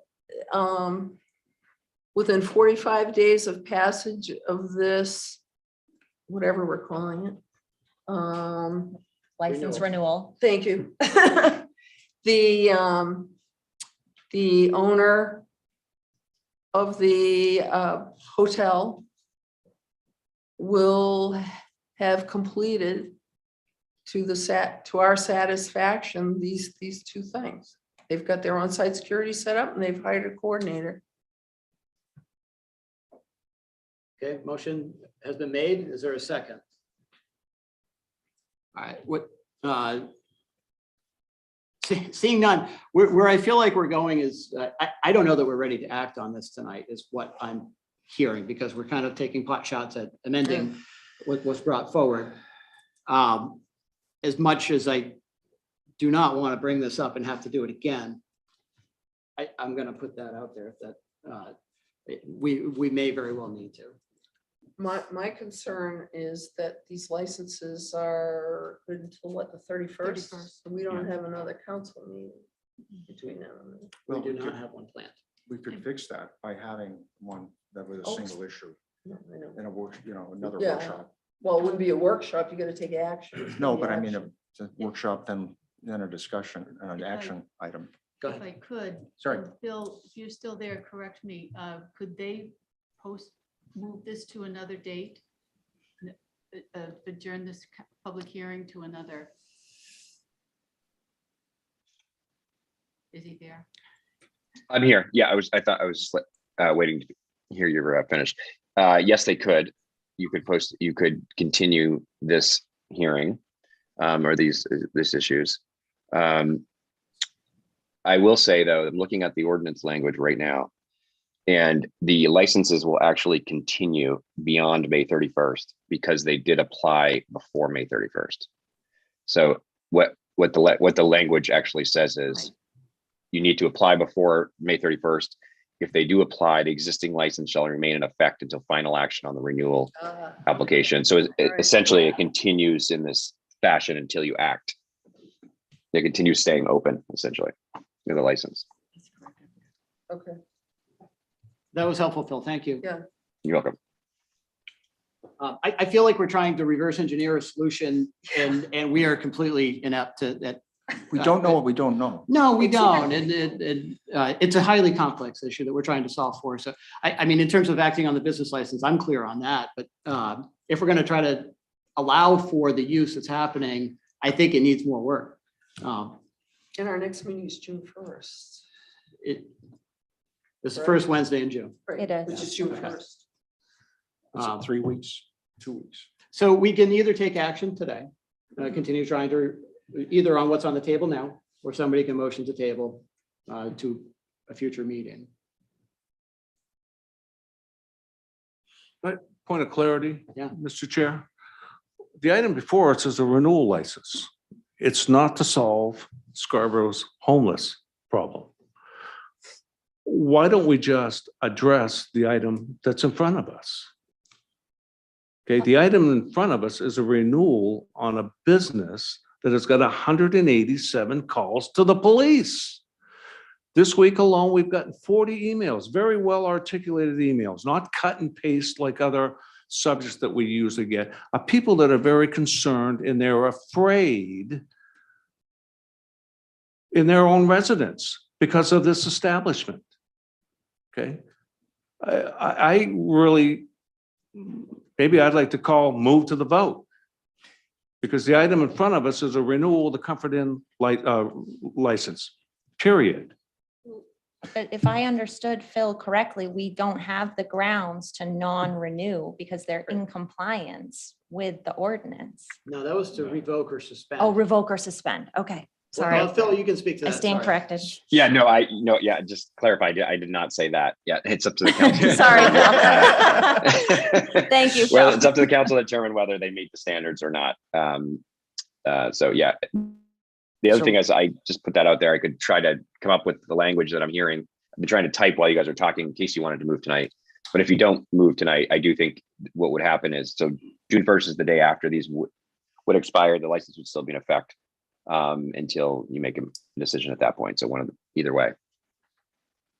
So does that mean we would have to revoke the license at that time or no? It would still be this action, And this- whether we want to renew the Right. license and what the conditions might Right. be. So I just want to respond to, if I may, to Ken's comment. You know, I get what he's saying. What's in front of us is pretty clear what needs to be done. But this is not just one hotel. We have 19 of them that we're dealing with. So if we think we're going to take one person's license away and all those problems we're having are going to go away, that's just not going to happen. Now, I'm not proposing that's going to be a long-term solution either, that we have one, but I think we need to have a little bit more time to study it and decide and make sure that what we're agreeing to is going to have an impact and give us time to solve for some of the other questions. So, but I'm really uncomfortable with So it I'm being- going to take a question from Councilor Caterina. So my question is this: if we vote no tonight, what's the effect? Their license will not renew. Well, it's not gonna renew, but well, that's what I'm confused about Phil's statement. So Because they've put in for their license, but we're not, if we take action to say no, okay, then we've taken action and said okay, no. all right. If we do not say no, then it's still pending. They are still able to operate. And Ken, I'm with you. It's kind of a clear decision to me on a business license, but I'm trying to read the council and we're short a member. And what I'm reading is that we're not ready to do it. So I'm going to make a motion to table this I'll item. go with that. And Phil, I suspect staff will contact you to take you up on your offer to articulate some of the concerns that have been raised. Are you tabling? I'm it going to again? table it to our first meeting in June 1st. Is there a second? Second, And would you Yes. call the roll, please? Council Seither, Yes. Council Anderson, No. Council Caterina, yes. Council Hamel, Yes. Councilor Johnson, No. and Chairman Clucci. Sweet Jesus, I'm going to go yes. Okay, so the motion has been, this order has been tabled to our next meeting in June. Thank you for coming and hope to have more information then. I have a process question, Mr. Chair. Yes, sir. We have 4 other items in front of us. Mhm. There is no difference Right. in any of the 4. Are we going to just table all 4? We gotta take. Well, we gotta have a public hearing. We advertise public hearing and read them in, and then it's within counselor's discretion to do that. Okay. So order number 22-050 is a 7 PM public hearing and action on the renewal request for an innkeeper's license. Sorry, reading the wrong one. Order number 22-051, a 7 PM public hearing and action on the renewal request for an innkeeper's license from America's Best Value Inn located at 321 US Route 1. I think we've had a lot of the introduction. Is there anything that you'd like to add for this one, Tom or Tony? Are there any members of the public that would like to speak to this public hearing? You can come on up, sir.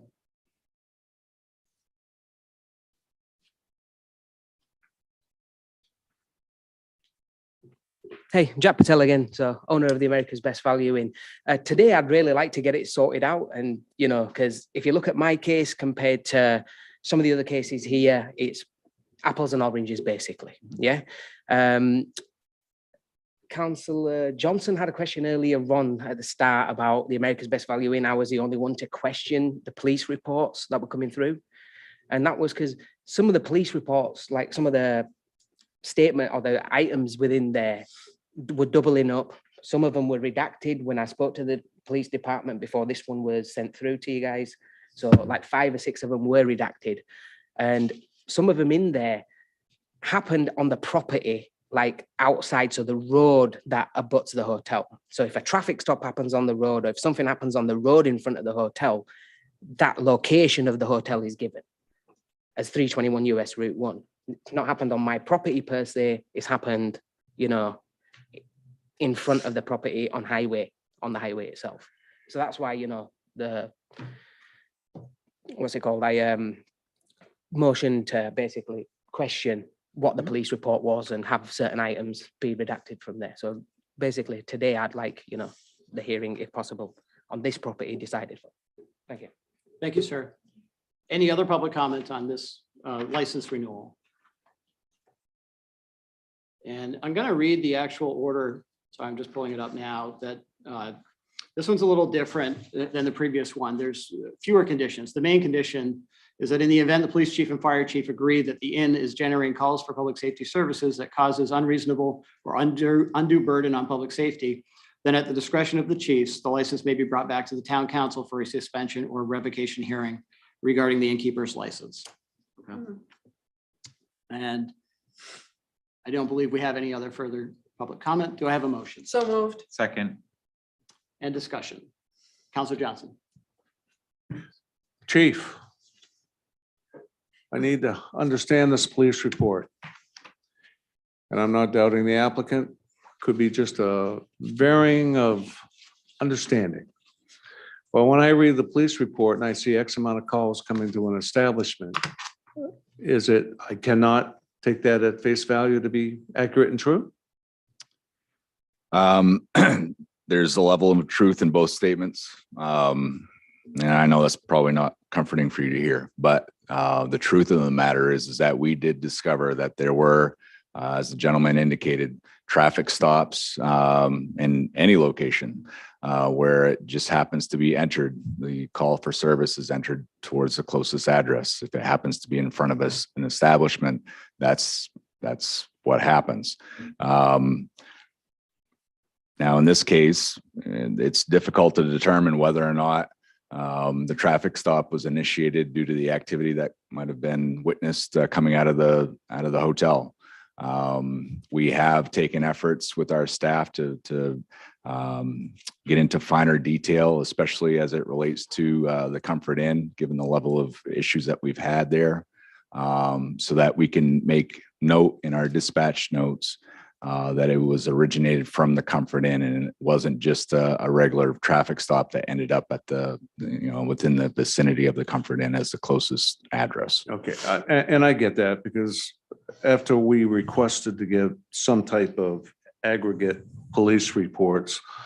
I'm sure you had to go back in time and just try to do it by address, but now that this is in front of us, I'm sure you're going to implement something that's a little bit more precise. So, Yes. okay, thank you. Wasn't questioning it, didn't want to question the applicant. So, okay, thank you. You're welcome. Councilor Anderson. Yeah, I mean, I agree with what was said at the beginning about we're comparing apples and oranges between the last two applications, and in their application, they've noted that they're planning to end any temporary stays until May 31st, 2022. And I think based on the conditions that are applied in this provision, I'm comfortable moving forward and approving it and voting yes tonight. Thank you, sir. Councilor Katarina. I would agree with Counselor Anderson. Any other discussion? Councilor Hamel. I'm still stuck on the issue of, just not approving without some sort of time frame to revisit. I would treat all of the applicants this evening the same way, to have some time frame to, within which to determine. Do you want a motion to amend? Yeah, so I'd like to make a motion to amend that we use the same motion as we did on the first one for the remaining applicants. Can we recite what that was? Because I don't. Tony can, I think, hopefully. One amendment passed. But Yeah. There was only one Yeah, you amendment that withdrew was it. passed, and that was the social services. the social services. Right. That's what Okay. started us down the rabbit That hole. was. yeah. Okay, so I will withdraw that motion. Okay. Okay, thanks. I view this as a completely different case as well. I see the chief coming up. Come on up.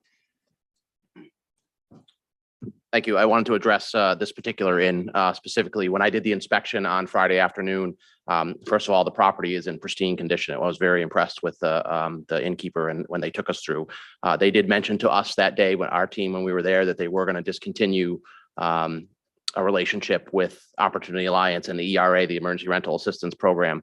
If you were going to make a motion, one of the things that we did talk about, he was very clear that he may reconsider in the fall, when the summer business starts to fade off, that they may reconsider that. So he was very clear that that was something that they may do, but they weren't for sure going to do that.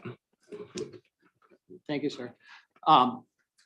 So I view this as a different a completely different situation. So first off, this hotel has been here for a rather long time. It's much smaller than the Comfort Inn. They've got experience with this type of clientele and customer. I guarantee you, I can just tell.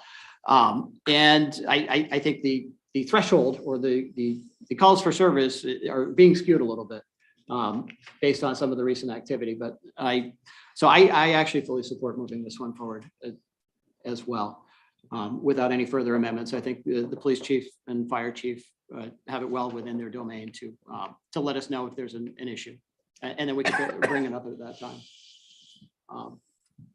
Counselor Johnson. Yeah, I have a question. Yeah, I understand this is a different item. But when we had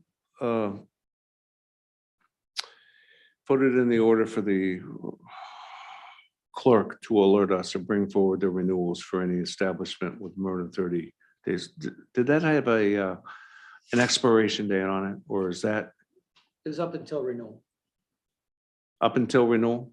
something along those lines. Okay. All right.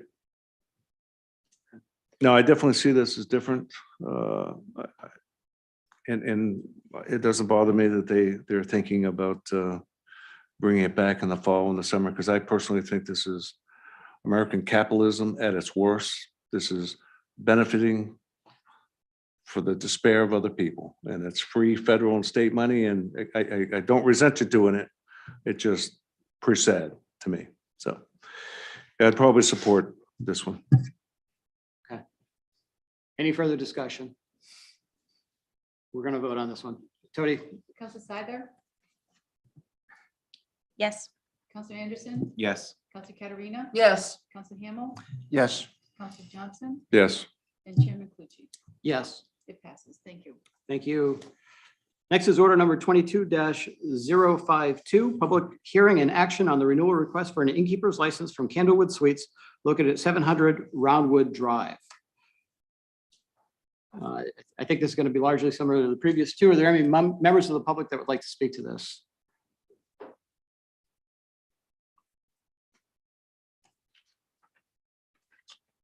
Yes, sir. Thank you for coming. Thank you. Dean Patel again from the Candlewood Suites.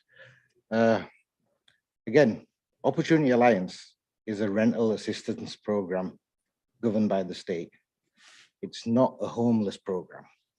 So I think you're still confusing Opportunity Alliance with homelessness. I've basically got rid of most of my Opportunity Alliance, but I have 5 veterans that are decent folk. They work in the area. They got thrown out of the house because they couldn't afford the rent. And Opportunity Alliance is now paying for them to stay at the hotel until they can find affordable housing.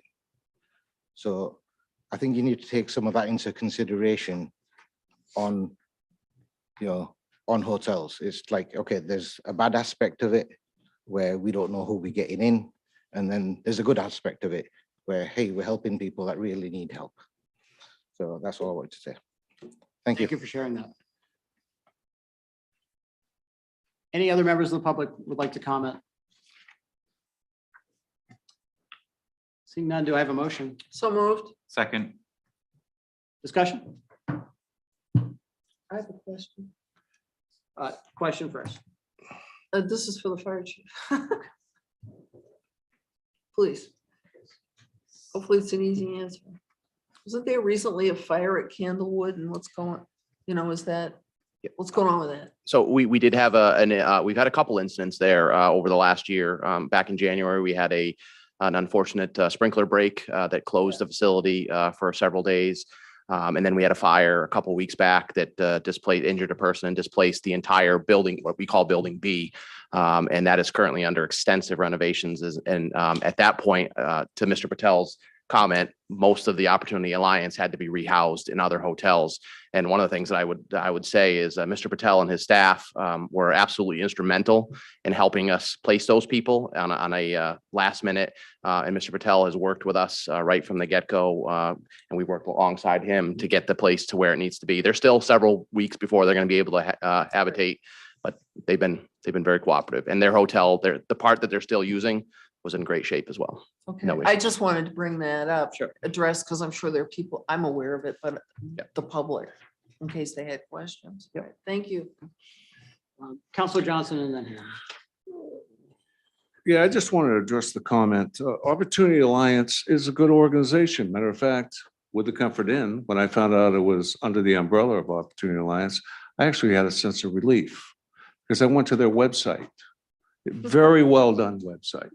Offer all kinds of services for vets, for addicts, for mental health. They have a very robust budget with an awful lot of professionals on their board of directors. I bet if I came to your establishment right now, there's no services being entered. I know there's no services at the company. That's where I'm upset. I'm not upset with you. You're being a provider. The illusion of Opportunity Alliance doing a good service to the folks of Scarborough it's not true. I've been to your establishment. I've sat out at the picnic tables and met with a few people. Same with a Fairmont. I used to be homeless at the time, so I speak from a little understanding. Okay, so I've actually sat down and asked, "What are you getting? How do you like it here?" Good thing about the Comfort Inn is they love the pool. Who blames them in the winter, right? So, but thank you on the Opportunity Alliance. I'm not questioning your interaction with them. That's all I've got to say.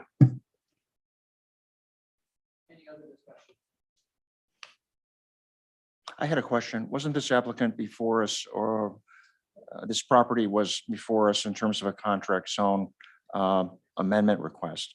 So does that have any bearing on this at all? I'm asking the chair first. Thank you. The answer is no. It does not have any bearing on this.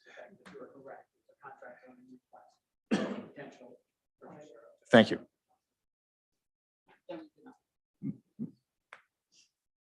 Sorry, my mic was off.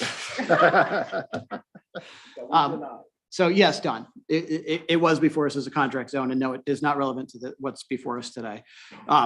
So seeing no further discussion, Tony, would you call the roll, please? Counselor Seibert, Yes. Counselor Anderson, Yes. Counselor Katarina, Yes. Counselor Hamel, Yes. Counselor Johnson, Yes.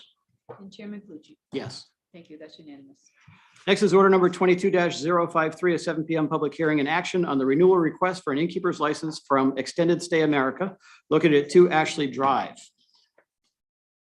And I'm going to say that the intro is largely the same. This renewal would have the same condition as the previous two, which is putting some discretion in the fire chief and police chief to bring something back to us if there's an issue. Are there any members of the public that would like to speak to this item? Seeing none, I'll close the public hearing. And do I have a motion? So moved. Second. A motion and second. Any discussion? I have a question. And this is for the police chief, please. I live not too far from the corner there at Payne Road on Gorham Road. I'm at 311 Gorham Road. And I know at one time, there was a lot of not very good activity occurring because of the extended stay, because people in extended stay. And if I'm remembering correctly, and maybe I'm not, extended stay was actually one of the first ones to be providing housing under these contracts or agreements. Could you address how that's going now, or has that changed? Seems to have changed in the neighborhood, so to speak, as far as, people being out and about in the neighborhood and potential issues and whatnot. So I think it's certainly a work in progress. And it's something that, our patrol has tried to address, given the other issues that are going on in town. I think it is better. And I think the calls for service, although we do not have a breakdown as we do in the Comfort Inn, I would say that the sheer number alone is promising. You do see that they are projected to be a little over 100 or so calls for service more than 2021. So that may be worth a deeper dive into what the numbers truly are. But I would say it's a smaller sample size of what you're already seeing in the Comfort Inn on a larger scale. As far as the location is concerned, again, it's a work in progress. We are aware of the issues down there, and we're continuing to work to try to make that a safer area. okay, thank you very much. You're welcome. Any additional discussion? Come on up, chief. Just to add a little bit more context to that, Allison Underwood, the innkeeper there, or the manager, they have 12 units that are currently being operated as temporary contracted housing. However, they have a fairly large contract with Maine Medical Center. They have a lot of healthcare providers there that are being housed out of there. They plan to continue that through January. They're the one that I spoke of that are plan to Okay, do that through great. January of 23. Okay, thank you. Thank you, sir. Seeing no further discussion, Tony, would you call the roll, please? Counselor Seither, Yes. Counselor Anderson, Yes. Counselor Katarina, Yes. Counselor Hamel, Yes. Counselor Johnson, Yes. and Chairman Clucci. Yes. That passes. Thank you. Thank you. Next is order number 22-054, 7 PM public hearing and action on the renewal request for an innkeeper's license from Fairfield Inn located at 2 Cummings Road. So I'm going to say the same introduction as before, and I'm going to invite the police and fire chief up to give, or at least Rich, to give your assessment. I think that's been very helpful, actually. I'm actually very happy to report on this one. Lee now Lewinsky, I apologize if I hacked his name, is the innkeeper. He recently moved up here as a change in management over there. I almost feel a little bit like we're holding them accountable for something that happened last year. There's been a 3 or 4 month closure of that hotel while they renovated and reconditioned the property. They have no intention of honoring any contracted temporary housing moving forward. And him and his staff did an incredible job refreshing that place. So I wouldn't have believed it after we all experienced it over the last 2 years, what that place looked like. And he is clearly just looking to open it up to the public, and he's done yeoman's work to get it to there. So Thank you for sharing that. Yep. Counselor Hamel. Yeah, quick question. Do we know, is this a privately owned or is this part of the Marriott chain? Do you know? I No. believe they fall under the Geary Hospitality Group is the corporate owner. All right, thanks. Are there any members of the public that would like to speak to this item? Seeing none, I'll close the public hearing. Do I have a motion? So moved. Second. Discussion. Counselor Johnson. My last comment of the night, I'm sorry. But on the council, 3 years, I recall 3 votes I regretted. One of them being the Fairfield Inn. And the reason why is we had Preble Street come before us and sell us a pig and a poke. It was in the heart of COVID. We were told it was for people that lost their job for COVID or people that were infected and had no other place to go. Silly me, fool me once. I did a midnight tour with the police department on a Saturday night. We had 4 ODs at the Fairfield Inn. I guarantee you, not one of them had lost their job to COVID. So we almost everybody was here, voted for that. It was a feel-good thing. And that I actually do regret. But good to hear a good report on that. Thank you, Ken. I don't regret the vote, but any other discussion on this matter?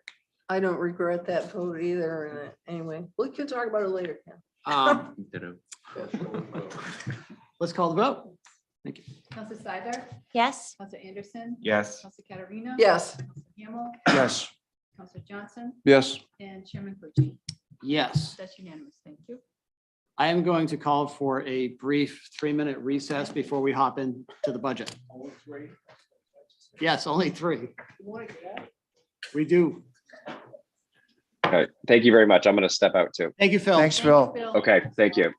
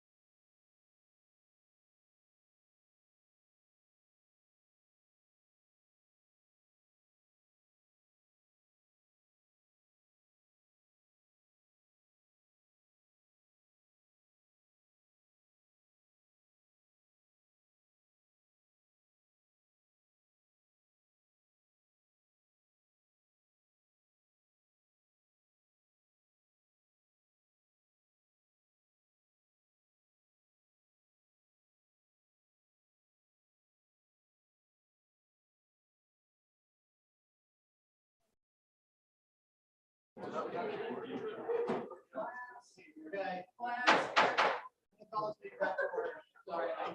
still have a long ways to go. Now, calling this meeting back to order. Thank you. Going to move to old business. Order number 22-035 is a second reading on the proposed fiscal 2023 municipal and school budget. Tom. Yes, well, what's before you this evening is a series of amendments.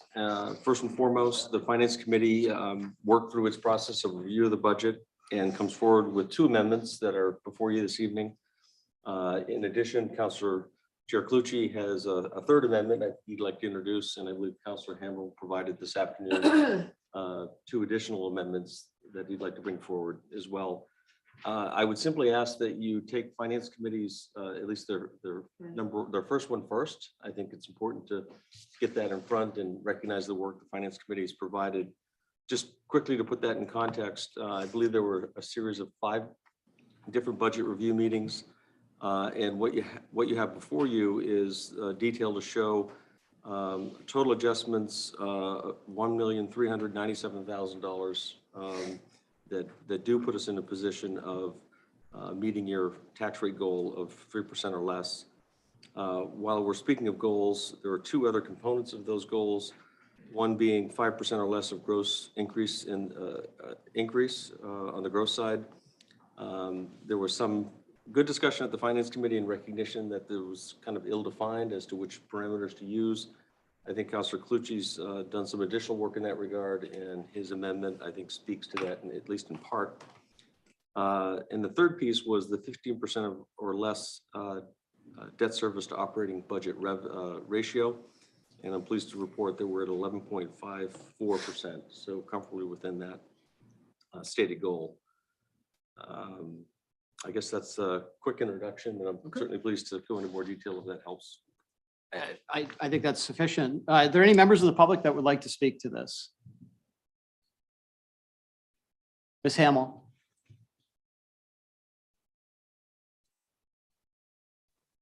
It's Susan Hamel, Bay Street in Pine Point. And I was thinking about what I would say about tonight's budget, about the budget discussion. And I've already spoken about some of the large capital projects that the town is planning, the library expansion, consolidated school, and a community center with a pool. That's a lot for any town to take on in a short period of time. This is going to sound harsh, and I want to first say that I appreciate how difficult your job is and how much time you all put in. So as I was trying to figure out what to say, I felt I needed to look up the definition of negligence versus gross negligence. And there are legal definitions which I'm not using here.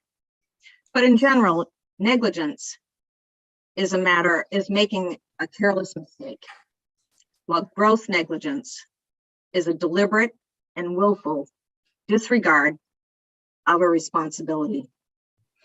And I'm referring here to the town council and town and school management in deliberately not including any estimate for the upcoming school project in the capital budget and not modeling the impact these 3 projects will have on the town's fiscal health and, of course, our tax rate.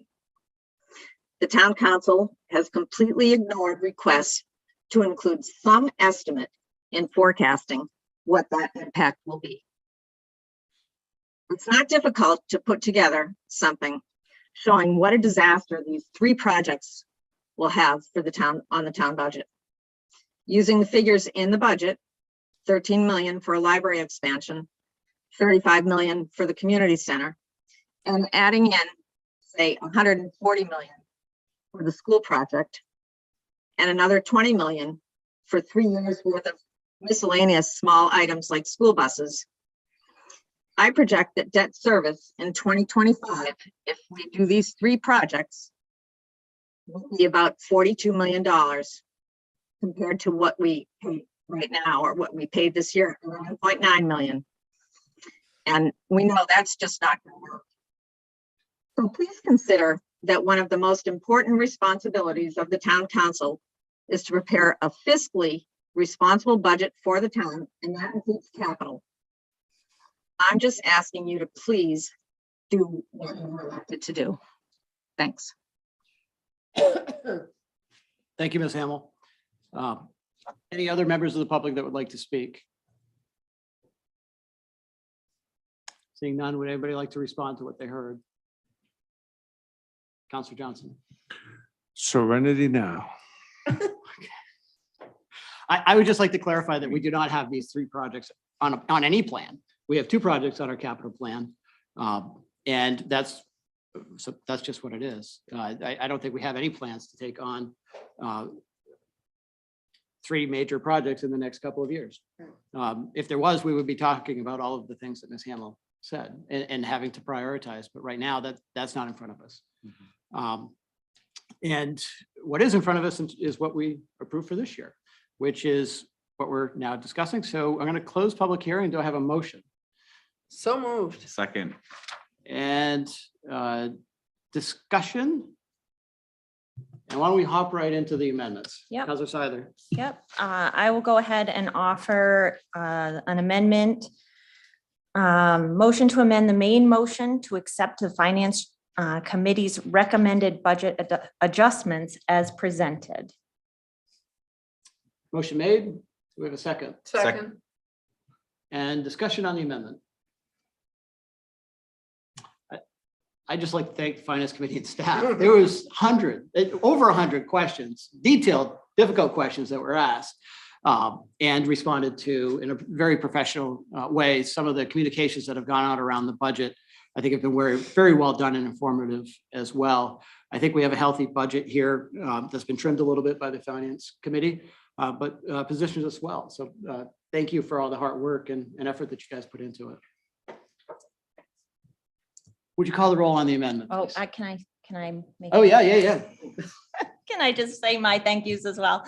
I specifically want to thank Ken and John as members of the Finance Committee, but I do specifically really want to thank staff and department heads. I think that we have a really transparent and clear process now by which we review each department. And they answered every question we could have come up with. They were prepared and professional, which is exactly, we would expect nothing less. But they really supported us as a Finance Committee. And so I'm incredibly grateful for their professionalism and their participation in this process. I think it has enhanced the budget process so much to have that level of involvement. So thank you to everybody who came to Finance Committee meetings for us. Now I'm done. Okay, now we can call the vote on the amendment, please. Counselor Seiler? Yes. Counselor Anderson? Yes. Counselor Katarina? Yes. Counselor Hamel? Yes. Counselor Johnson? Yes. Chair McCutcheon? Yes. That's unanimous. Thank you. So we're back to the main motion as amended the first time. And I think we'll hear a second amendment now from Counselor Seiler. Is this, we're gonna do the second one from me? Unless, would you want me to offer it up or? No, I'm fine. I'm fine doing the second one. I wasn't sure where Dawn's fit in. Dawn's are 4 and 5. Okay, perfect. Then I will offer a second amendment. Move approval to amend the main motion as amended to include the following language after the 7th, be it further ordered. And I'm going to go ahead and read the amendment. Be it further ordered that the Scarborough Town Council recognizes in the capital budget the sum of $12,938,995 for the library expansion project, subject to the appropriation authority being granted by a voter referendum pursuant to Section 907 of the Town Charter. Thank you. Motion's been made. Do I have a second? Second. And discussion on the second amendment to the budget order. Counselor Hamel. A question. Can you explain the meaning of the language change of a single word to recognizes? So I offered that amendment during Finance Committee because before it said authorize, and I felt like authorize indicated or put risk that the council was actually approving the library at this time, when really the approval comes when we do the referendum approval. And so this is more recognition felt like a more appropriate word for what we were doing at this time, which is recognizing the submission and the capital plan, but not necessarily approving or authorizing at this time. Yeah, the expenditure. And just to be clear, I'm the one who proposed that language that said authorized, so it was not a formal amendment by way of the committee. It was their final action accepted the word recognizes. So is that common terminology for budget amendments recognized? I know authorization is pretty clear, really understood, so. I might be able to elaborate a little bit. Thank you. So I actually initiated this with, when I recognized that the library, a portion of the expansion was included in the budget order that was brought forward at first reading, which I didn't think we had the authority to approve. So what we just adopted with at first reading was we actually adjusted the capital budget amount to remove the library from the budget because we don't have the authority to approve it. I also thought it'd be worth discussing. So I came up with some language that words aren't my skill. So it may not be appropriate, but it's a step. It gives us a reason to talk about the library tonight. Thank you. Okay, and this is the way we're doing it. Is there's a potential amendment to recognize that it's in the budget, but it really isn't binding on anything. The council in August can choose to put it on the ballot if they so decide. Thanks. Councilor Johnson. Yeah, that's actually a key term, because this could be very confusing. We struggled with it in the finance committee. This is not an endorsement of the town council for the library, and I'm not saying that's counter endorsement. It's just, we're moving this item forward in the process. And I think the finance committee has agreed to do some work around how do we do this in the future? Because it does make it confusing. So we meet again in August, and that's when we determine what goes to the voter via referendum. That's where the council as a body would either bless or reject this library expansion. And in the meantime, the library is well aware that the town council, speaking as a individual counselor, expects additional information on this request before that time, before we do our final deliberation. So I just thought we'd clarify that. You can see the headlines tomorrow. Scarborough Council approves the library, and that's not the case. We're just approving, moving forward in the process. Okay. Any, Councilor Seither? So I actually have a little bit of a different perspective on this, just in terms of how it was presented and this idea that this is our opportunity as a council to discuss this as it relates to the budget. And so I'm actually not in support of the amendment. And it's not because I feel as though the library has not done their due diligence. To date, they have provided the council with many updates, proposals, renderings, and fundraising plans. Nancy and her staff, as well as the library board of trustees, should be commended for their hard work, their organization, their determination, and their positive attitudes. Because every time they come, they are presented with questions and challenges, I feel like, and they have met those at every step. I don't support the library CIP request because I think the scope of the project is too big. I have every confidence that the library would make the most of the new space and provide programming to our community, but most of the increased uses that I have seen are not necessarily what I would consider needs. The desire to expand the library programming is not a priority for me at this time, given the needs of the primary and middle schools, which have gone unmet for far too long. As the council knows, we have students attending school in 30 portables within our district. I would encourage the library to examine their proposal and request a bond amount that will address their needs of the current facilities without increasing space for programming or expanded services. There are certainly things within the library that need to be addressed. They should not be functioning with their server in the same room as the hot water heater. So I would be in favor of a capital request for improvements and maintenance upgrades. But All this is to say that if the library CIP request does not pass tonight, I fully understand that they have every right to come to us at a later time and request a referendum. Thank you. Counselor Katarina.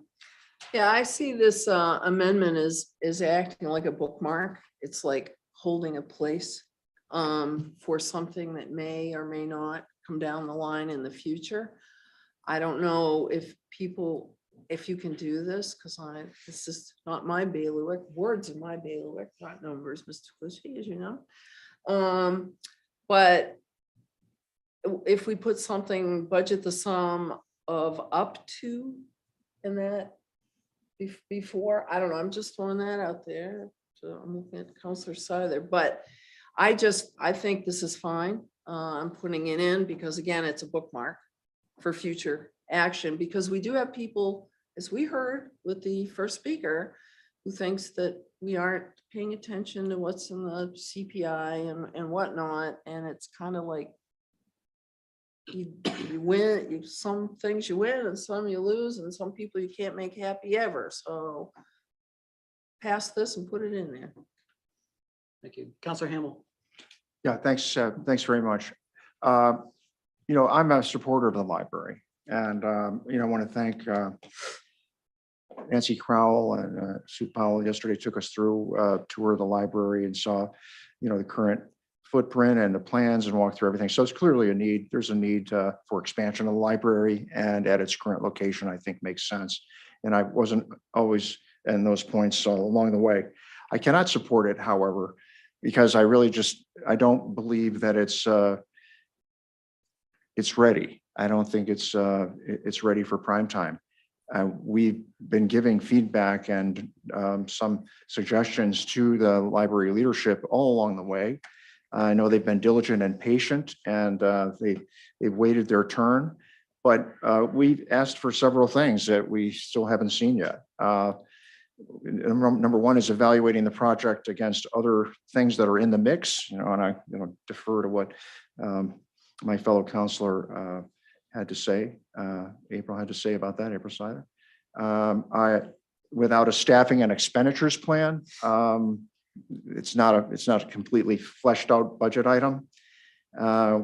Without a bigger number and a percentage of how private donations will help offset the costs, not only the operating costs, but also for the, their capital improvements may be made. And without updated numbers, I know they put in a factor, an inflation factor, but those are pre-COVID numbers, and I don't think they're fully updated. And finally, without a more modest proposal. So if there's a chance for us to see those things sometime between now and when we've got to vote on putting stuff out to the voters in November, I'm all ears. But tonight, I do not support it, and I don't recognize it. Counselor Anderson. So I do support this tonight. And I disagree with some of the things that were said where, I do think the library is serving a lot of needs of the community. I look at the library as an institution that provides services available to those of us that don't have the same means. I think it's a place for community building, a place for people to come together. We're exploring the potential of a community center because we think that's going to create community building. Well, the library does that as well. I understand the concern related to other projects, but again, we don't have those before us. They're not real projects. We did an analysis with the community center pre-COVID. We put that placeholder in the CIP. There's budget set aside to approve further investigation to better define what that is. So it's really not a thing. It's a placeholder. It's another bookmark. Same thing for the schools. We're embarking to figure out what is the solution. We're still working on defining what is the problem we're trying to solve. A consolidated school is the hypothesis, but I'm still not convinced personally that that's what's ultimately going to come before the council. But the library has done their work. They've done their due diligence. They've engaged the community in their process to get feedback. I can understand how people think maybe this is a little bit more grand than it needs to be. But the reality is our library today is one of the smallest in the nation compared to size per resident. What they're putting forward is basically trying to get to equity with best practice, which feels grand because it's 2 times the size of what it is today. But that's because it's so underserviced, and Nancy and her team should be congratulated for making things work with the facilities that she has available to her. I also think, you know, it's ultimately up to the public to decide if what they're proposing is in alignment with, you know, what the public feels like is important. So whatever I think personally, whether it's too big or just right or perfect, you know, doesn't necessarily matter, because it's really up to the public to decide if this is the library that's going to meet the needs of the community. So I'm very supportive of this moving forward. I am also very supportive of us getting additional information around operating costs. I think that's a fair ask, that before we make the decision to put it on the ballot, that we have a full understanding of the full cost. And I believe that's something that the library is working on actively right now, to put together that pro forma balance sheet. I believe Nancy mentioned that when she came here last time, that was something that they would have for us. It's unfortunate we don't have it tonight, because that would be ideal, but I have faith in Nancy and the Board of Trustees that information will be available to us before we need to make the big decision. So again, I'm supportive of this as it is today. Thank you. So I support the library. I don't know if I'll support moving it to the ballot, but I certainly support and recognize that it's been in the capital plan for some time. I absolutely support this amendment because, you know, some of the things that we've been dealing with is, you know, the illusion or people creating aspersions that we're doing everything at once, right? And this just adds a little bit of process to it, where, you know, 2 years from now, when we talk about a community center or a school or whatever is next on the plate, they're going to look at this budget order and say, oh, hey, they did talk about the library before they put it on the ballot.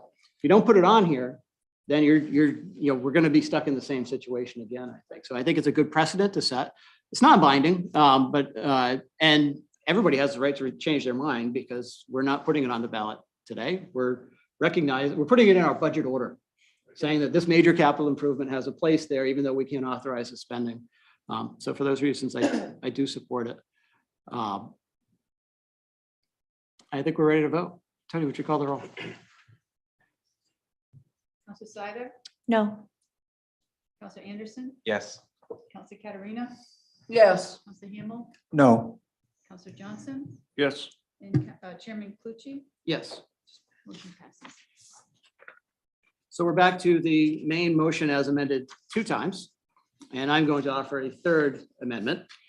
And this relates to our really how we call out gross budget. So there's been some discussion about what that should mean or does mean. And the fact is, it's a number that's in our budget order, that it's been there for a long time. And it's the amount of money that we authorize being spent in a given year. Now, up until this proposed amendment, it didn't just include money. It included some transfers that we make between departments. So I guess that's an introduction. This year, it included more than just those transfers, because we started capturing our TIF districts at 100% and then applying some of those revenues to our budget. So we had in our budget the same money as we were having in the down below. So it made it look like our gross budget was ballooning, but that wasn't real. When you actually put things on an apples to apples basis, we're right about our 5% target, you know, plus or minus, you know, maybe a small percentage. But what it looked like when you read, you know, what we were being put forth, $120 million gross budget versus 130 million last year, that's a pretty sizable change. So what this does is it identifies the components that contribute to the gross budget and make sure that they're all on the budget order. So there was, up until this point, a difference between the items that were earmarked on the budget order and what the total was. And those things typically related to TIFs and CAs and overlay. But they weren't guaranteed. They could be anything, really. They weren't, because they weren't identified. So this identifies those items specifically. It also calls out what we're going to spend on CEAs and what we're going to bring into the budget for, you know, from TIF revenues. So there's a lot of words involved. I don't think I need to read it. What the gross effect is, it reduces our gross budget to 116 million, but it doesn't affect anything else other than the revenue and other credit number. We're still able to execute everything that was brought forward in the budget. It's just a cleanup item. And I think it sets us up, given that a larger portion of our budgets going forward is going to include items like this, what we're spending TIF revenues on, to be a little more transparent and clear in the future. So that's my motion, amendment number 3, as included in the packet and before you today. Do I have a second? Second. Okay. Any discussion or questions? Counselor Johnson. I thank you for doing this. It's a lot of debits and credits that can make your head buzz and your eyes glaze over. So, but this is, it makes it simpler, and I think it sets a good precedent for budgets going forward. The gross budget should be the amount of money we need to spend to operate. Right. So thank you for doing that. Makes it nice and clear. And I think we might, in the finance committee, even try to clean up. So it transcends counselors as we all, fade into the west. So thank you again. Cool. Counselor Anderson. I just have a question. So based on what's in the packet, what is it that we're actually Doing? amending? Yeah. So we are inserting these 3 be it further ordered into the main motion. And then we are amending the overall gross budget, the estimated revenues and credits, Okay. and the net budget is staying the same. So this is not in the packet though, as this is written. Or at least the one I'm looking at. What is not? The wording. Yeah, the wording. There's your explanation, but no wording for the amendment. Wait. So if this is this what we're approving? Yeah, that's in the packet. Oh, I'm sorry. Is there an updated packet Online. online? Yeah. Okay. So I'm looking at the It email is- version. Oh, okay. Yeah, that's what I was looking at too. Okay. Yes, so it's been so this has been a work in progress. And, I thank staff for actually working with me on it.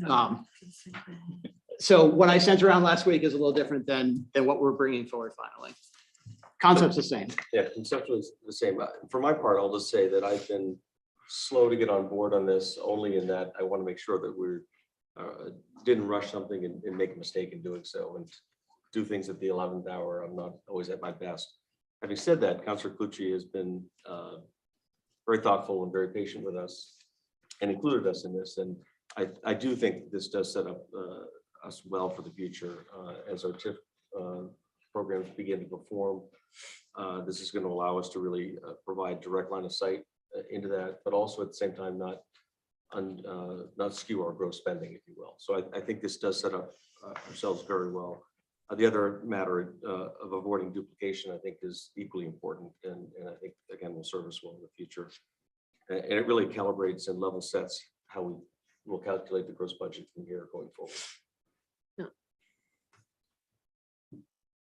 Councilor Hammond. Yeah, I want to say, I think this is good work. I think John worked hard to try to pull us together, consolidated, and the number moved in the right direction, got lower. I think it also kind of recognized the opportunity to use TIF funds and finally, just kind of cut some margin out there that was really floating around and not dedicated to any particular budget. So I think that was really good work. I did have one question, however. The online version had a total gross budget figure of 116,106,421, and the hard copy version is otherwise the same, except that number is 116,111,095. So is this the correct number? Total operating gross budget 116,111,095? Correct. Okay. Yes. And I'll say the finance director poured over these numbers this afternoon and found and did some final corrections. But yes, what you have before you this evening, and you must be looking at an older version. We did upload the new version sometime mid-afternoon today, so I apologize for that. That's it was a $5,000 difference. Okay. And I couldn't honestly tell you, but I rolled with it. I said, fine. Ruth could, but I'm not sure you want to listen to the answer. Probably not. Very likely not. Thanks. Any other discussion? Cody, would you call the roll on amendment 3?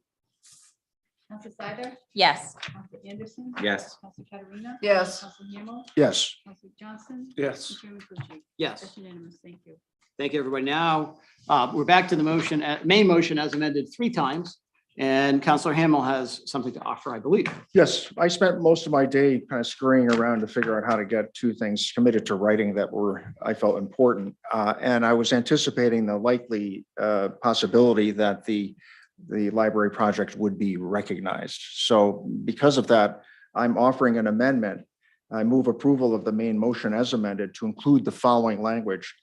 Be it further ordered that prior to any approval for a voter referendum in November 2022, the town council will hold a workshop and conduct an overall discussion of this project, including competing priorities such as a community center / pool, including A, the library staffing and expenditures plan, B, the percentage of private donations to offset the capital request and or the expenditure plan, C, revised total project scope and costs reflecting estimated inflation and cost increases, and D, any and all plans to maximize efficiencies with quantifiable savings in project costs. And the reason I'm suggesting that we do that is in spite of a long road and a number of workshops and meetings, we've not really gotten answers to these things. And I think that's, even this evening, people agreed we need to see that. And I'm proposing a workshop to be scheduled in order to accomplish that. Motion's been made. Is there a second? Second. Any discussion? Councilor Caterina. Yeah, I see this amendment as a bit much, with all due respect, Mr. Hammond, in that, I mean, we're gonna do these things before we put the library out. And I would not support it unless you strike, including competing priorities such as a community center pool, because those aren't in front of us. They're out there in the ether. No, that's just my opinion. Thank you. Any, Councilor Johnson? I hear the counselor. I understand the intent. Where's this fit, though? Does it fit in the budget order? This amendment? I mean, it just feels a little clunky. It's on. Okay. Is there a way that is there a place we can find for it? So the request is satisfied? Or can we not because we're in the middle of a budget amendment? So we have to deal with what's before us, which is an amendment here. Right. I will say as chair, assuming I'm not recalled, I would commit to having this type of workshop and covering. Right. I mean, I think they're relevant points. I think it's Right. I think it's stuff we should talk about. Now, trying to put a community center into the discussion, I think it needs to be focused on the library. We're not putting community center on the ballot this year unless we do, but I have no plans to, okay? So I think it should be focused to what's at hand. That's not to say that there aren't other things going on, but I don't think this fits in the budget order that we are amending. Right. But I concur that it's a good thing to do and we should do it. And I would commit to doing it. So instead of letting it dangle and it doesn't fit where we are, can we just defer this till the very end and do a request for an action item to create a workshop? We could bring an action item at our next meeting that maybe has been vetted a little bit more and it's more specific. I will withdraw the motion on the condition that we schedule the workshop at the next town council meeting. I've asked repeatedly and I'm like the boy who cried wolf and I'm getting tired of it. Okay, I Just to be promise. clear, you can't condition your withdrawal. You can do it or you So, don't. well, maybe you can recognize my attempt. to I do so. recognize it. Next meeting. Fair enough. So that I withdraw the amendment 4 motion. has been withdrawn. This is recorded, so. And the second, is it who, John, I think you Yes. seconded Yeah, that. you have Has to that been withdraw withdrawn? it. as well? Withdraw my second. We're back to the main motion as amended 3 times. And would you like to offer another amendment, Councilor Hamel? Yes, I would. Now, this is actually in the budget, okay? It's in the capital budget. And I have to say, of all of the issues that I've seen in my, now approaching 4 years on the council, this has been the most mind-numbing one of all. And it has to do with what seems to be a simple and straightforward matter of funding masked armed traffic signals for Sawyer Road and Commerce on Route 1. Okay.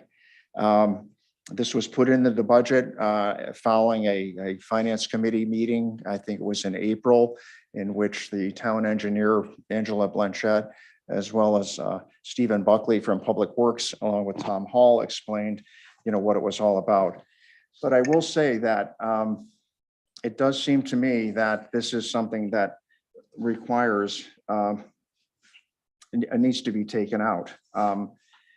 There was some question as to why this is a town expense and why it was not required as part of the traffic movement plan, the TMP, by the Maine DOT, and how it should be funded.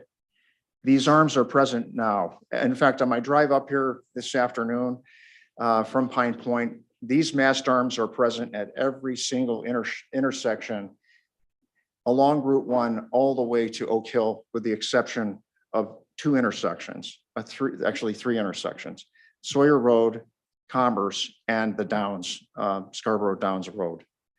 So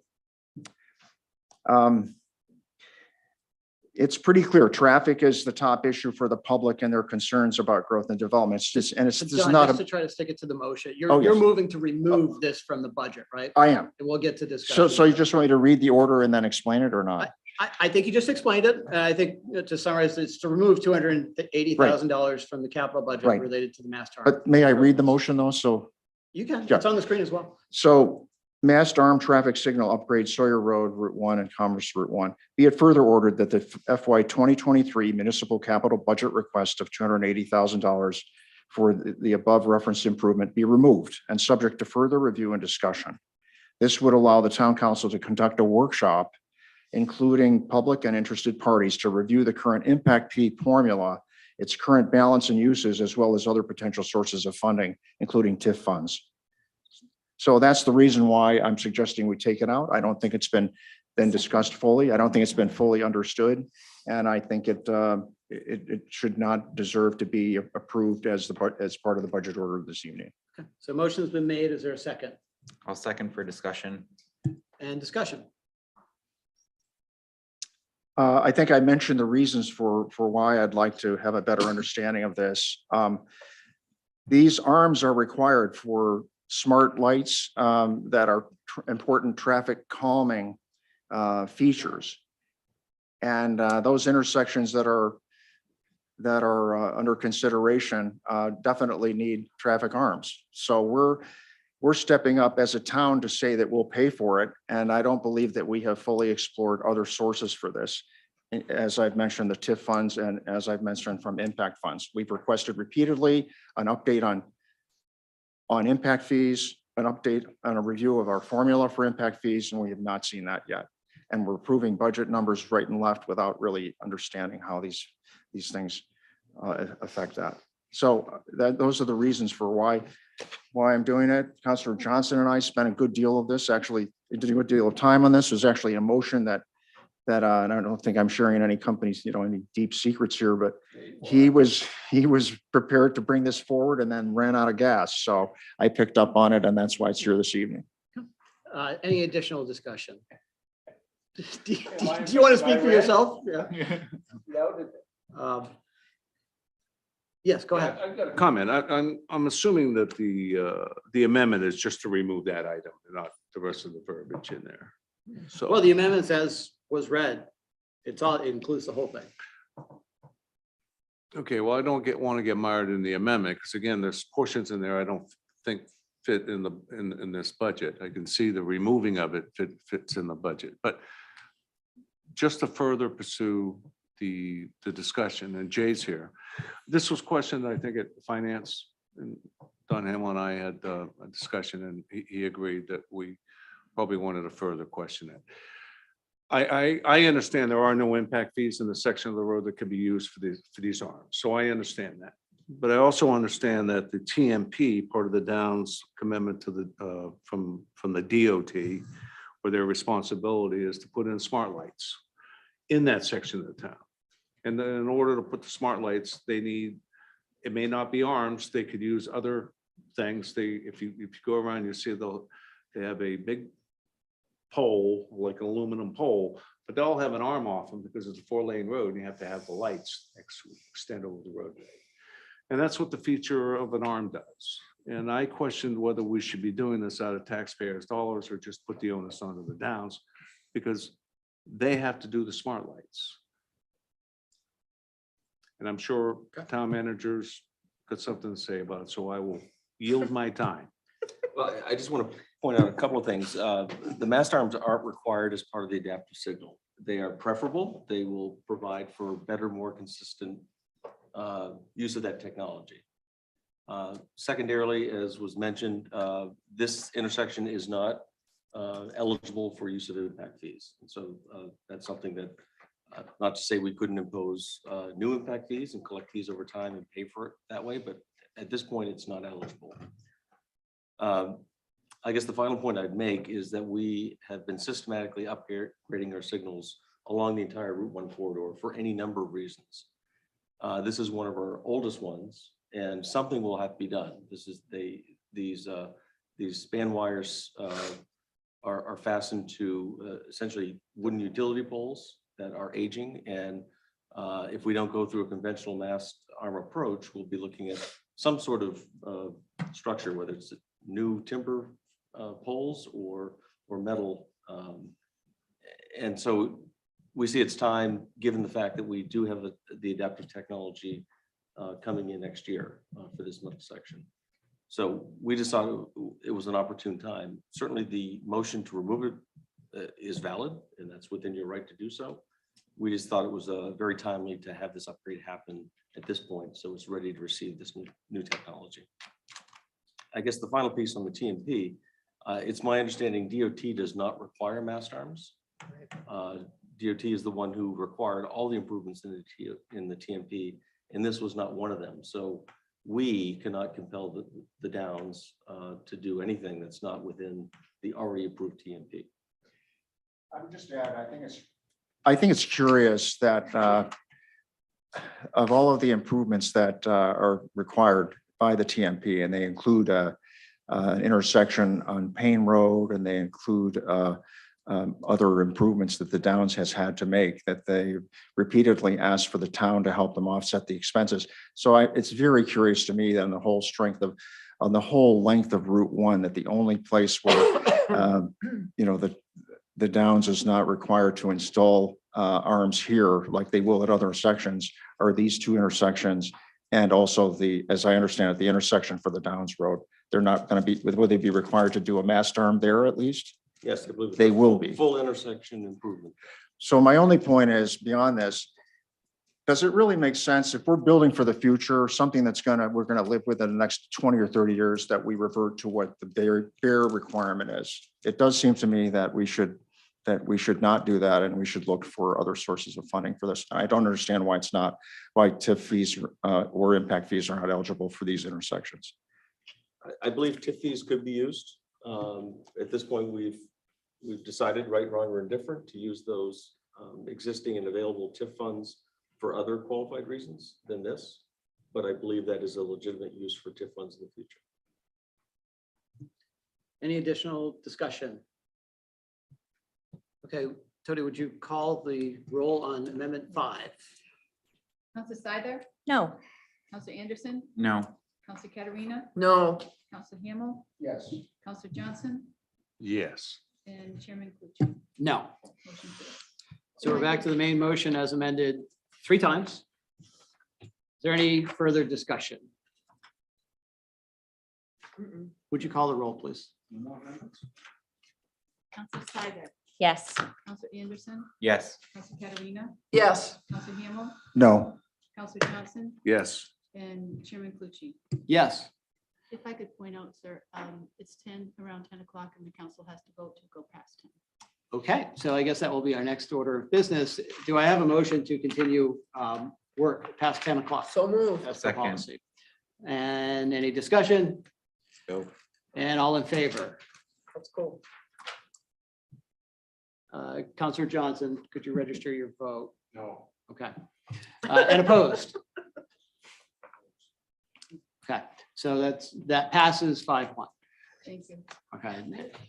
Next up is order number 22-055. Act on the request to approve the names that were posted at the May 4th, 2022 Town Council meeting by the Appointments and Negotiations Committee. And this is coming from the Appointments and Negotiations Committee. Don, you want to take it? Thanks very much.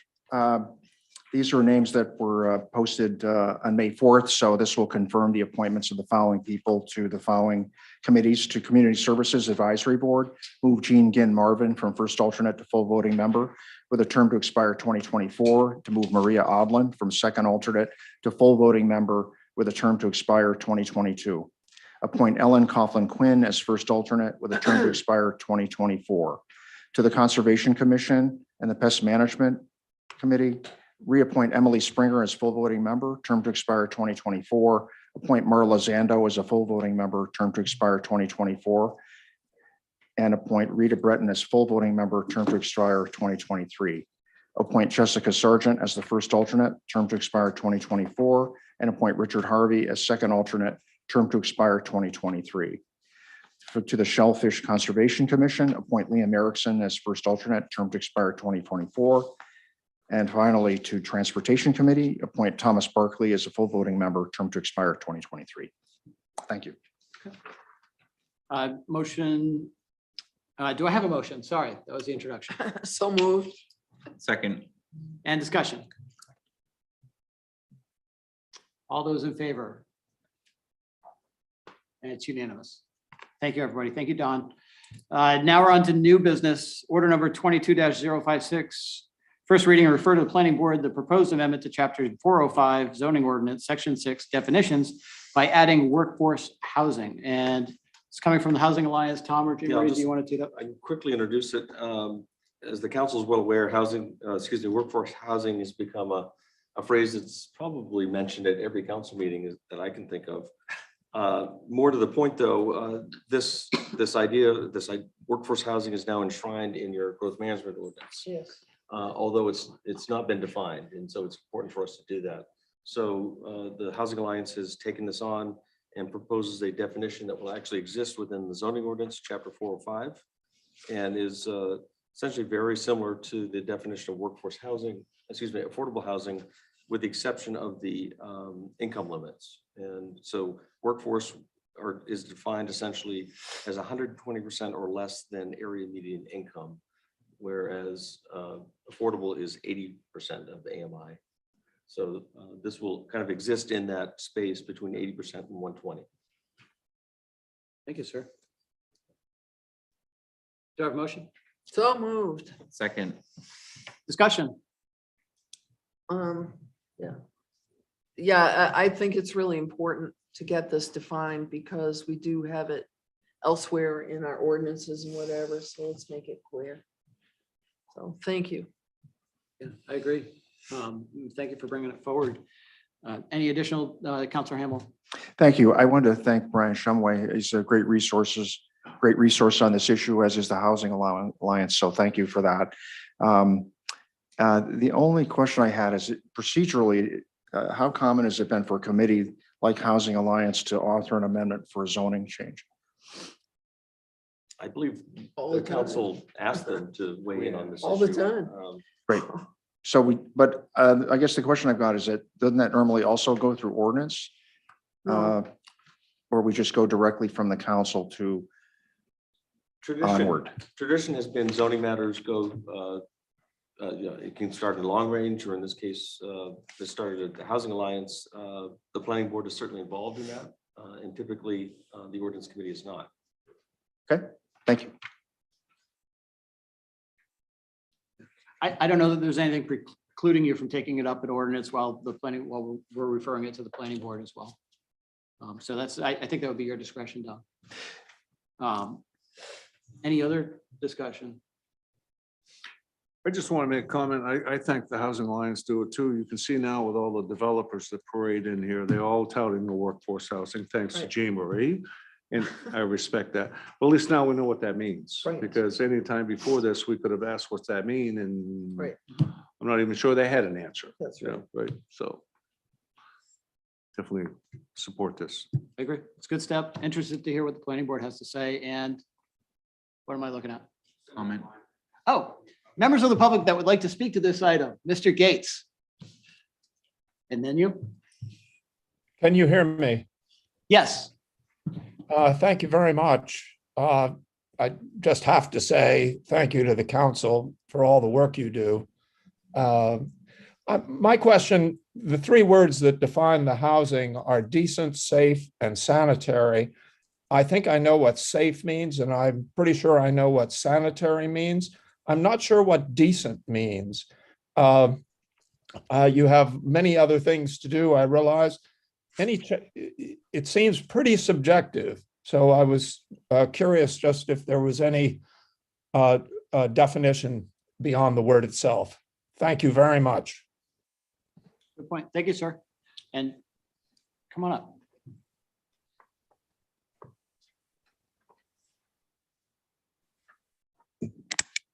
Nina McKee, 309 Black Point Road. I just have a question. Can the council just change zoning without going through the ordinance? Or the comprehensive plan, isn't that all involved with the zoning? And so if you vote to change the zoning, does that mean the comprehensive plan has been changed? And also, does this open the door? I am razor sharp focused on development and growth. And so we definitely need this kind of housing, but does this open the door to a whole bunch of new developers who will come in and say, we're going to have workhouse housing, and so then there'll be 300 more units or whatever? I'm just concerned about the growth. Sure. So as far as the zoning is, because the next item is about zoning, and that there wants to be a change. And I just wonder if the council actually has the power to just vote and change the zoning willy-nilly when we have a comprehensive plan and we also have the GMO, and those are, I thought, were laws. Thank you. I don't mind responding if the council's. So the comprehensive plan creates the basis for our ordinance, but we already have ordinances. So when we do adopt new ones, they should be consistent with the comprehensive plan. But that's a large part of what we do actually is adopt ordinances. And that's what this is, in particular. It's adding a section to our ordinance that would also become law. Now, in terms of the impact, whether it would allow some things, I'm not aware of any, but that's part of the reason we're sending it around. To whether it be the ordinance committee or the planning board to get feedback on how, what the impacts might be that we might not be anticipating, right? Or might not understand right now. So when it comes back to us, we understand those things and can take a reasonable vote on it. Also, when we do change zoning or an ordinance, there has to be public engagement. There has to be public notice and a hearing. So that's all a part of it as well. So we can't do it willy-nilly, but it is a big part of what we do.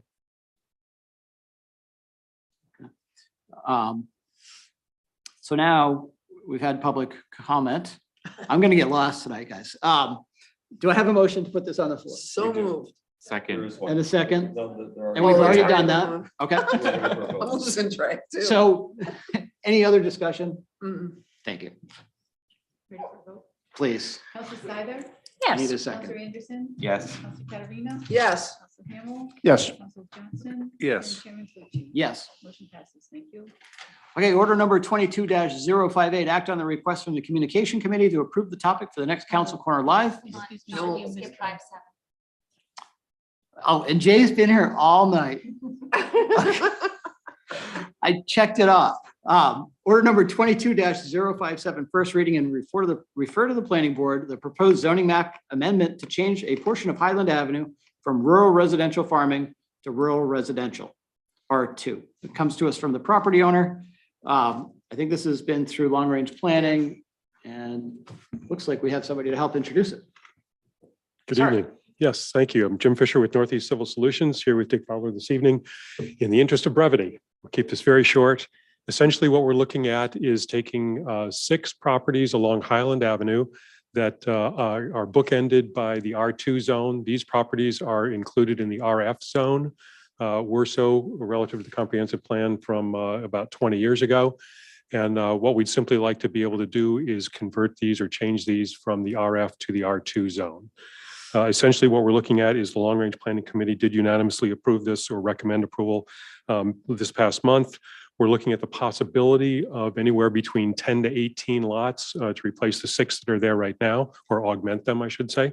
The reason for the disparity between 10 and 18, and those are rough figures, is not everybody may choose to do that. Those who may want to do it, it depends on where their existing improvements or the houses are built on their lots right now. A lot, for instance, may be able to just as pure land support 3 lots under the R2 zone, for instance, but the house may be located in such a manner on the lot that it may only precipitate a single lot split. So hence we could have anywhere from very few to upwards of 18 plus or minus lots. The overall acreage is approximately 16 to 17 acres. The area is served by public water. They would have on-site waste disposal. So it's also predicated on test pits, septic systems. The area does perk relatively well, but obviously anybody who wants to make any of these changes, as far as the lots are concerned, would have to go through soil science to be able to do that.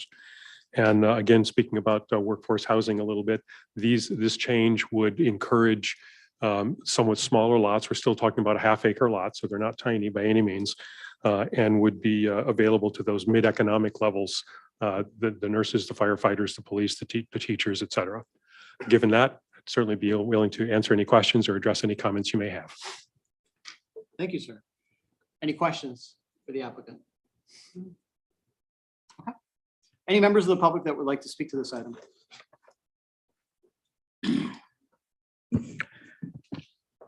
Oh, Don, I feel like the woman was crying wolf.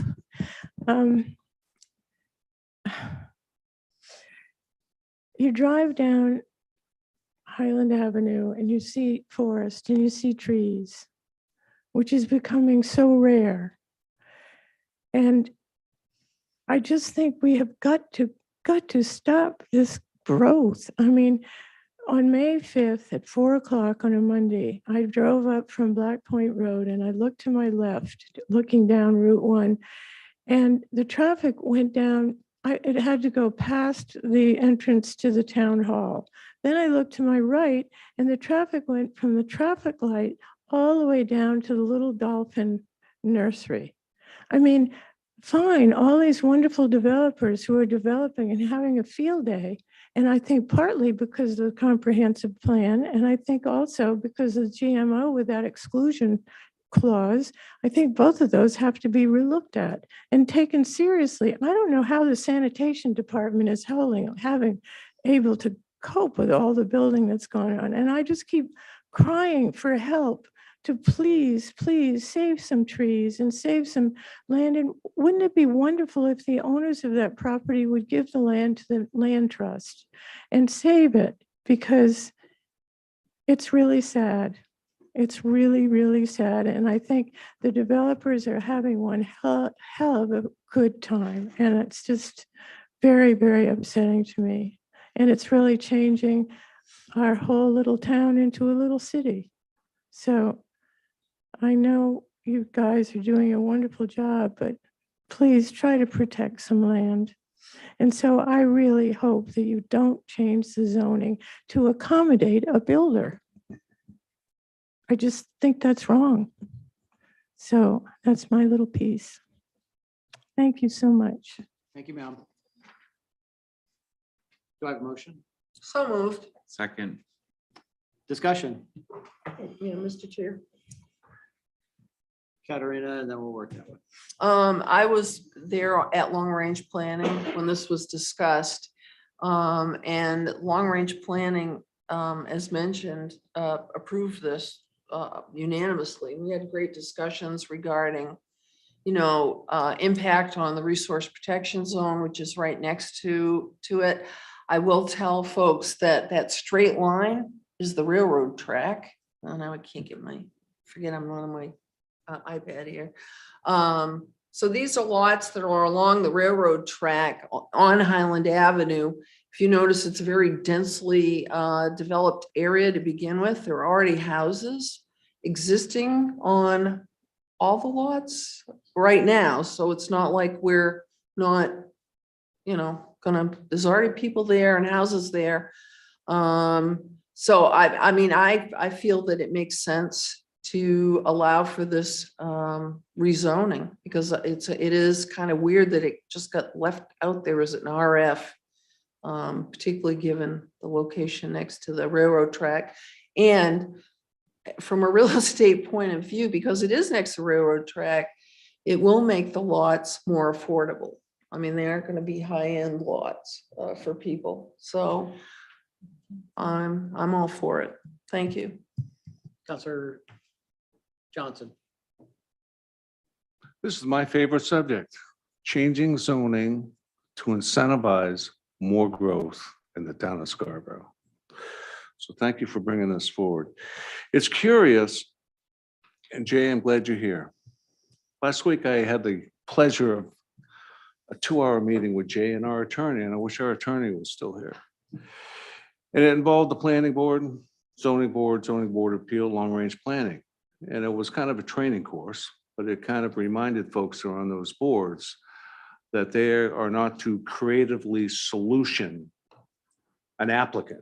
There's a difference. An applicant's problem with the zoning. They are to interpret the laws as they are. And it was kind of an aha moment for everybody in that room. Do you agree? Surprised you shook it. Yeah, that's good. But kind of, yeah, because it was reiterated several times. And I, as a counselor was there, it kept reiterating that. Because again, every time we send something to the planning board, every time we send something to the long-range planning, I've 3 years on this council, I've never heard a no, never. So if Phil was here, I'm sure probably because we asked them to advise us, it's not the same relationship between an applicant and that board, but it would be curious to just get that fully vetted from our, because it makes a lot of sense to me. These are quasi judicial committees that are supposed to interpret the laws that are in front of us. So anyway, I digress for a minute, but I'm not going to support this. I've not supported any change of rezoning for additional growth. I drive down that way. I do like seeing the open fields, whether it's a railroad track there or not. It is green space. This will preserve it. It's not needed. We have enough growth going on in the town in our designated high growth areas. So thank you. Okay. Any other discussion? Yeah, so I'm gonna support it tonight, because, if we didn't support it, there's no guarantee that they're just not gonna sell these lots and build single-family homes on these big properties. So that isn't gonna save the green space, I think, that we would want from this if that was the objective. Yeah, or whatever the desire is to maintain there. So to me, it makes sense, given the zoning next to it, that we, change it this way if that's what the property owner and the applicant feels like makes the most sense. So I'm supportive of it. Councilor Hamilton. Yeah, I have a couple of questions on this. So if we make this change, will that allow for multi-unit housing to be put there in this zone? If we change it from RF to R2? I'm asking Jay. The R2 does allow for, Jay Chase, Planning Director, the R2 does allow for duplexes, not multifamily. Okay. And I'm assuming this, I remember I attended the long-range planning committee in which they reviewed this and there was a unanimous recommendation. It is kind of curious to me. This is a rhetorical question. I'm not looking for an answer, but I wonder if the unanimous recommendation would have been the same recommendation if they had completed their regulatory training prior to that meeting. So, yeah, I mean, I line up with Ken on this. I think, we're making zoning changes. It's a constant drip, drip, drip. Okay, it's going to look better. It's going to be better for the applicant. It's going to be a higher, better use, but it's changing zoning. And I don't think that is what our quasi judicial bodies should be doing. And we've really kind of institutionalized a role for them to encourage that. So I am not going to support this.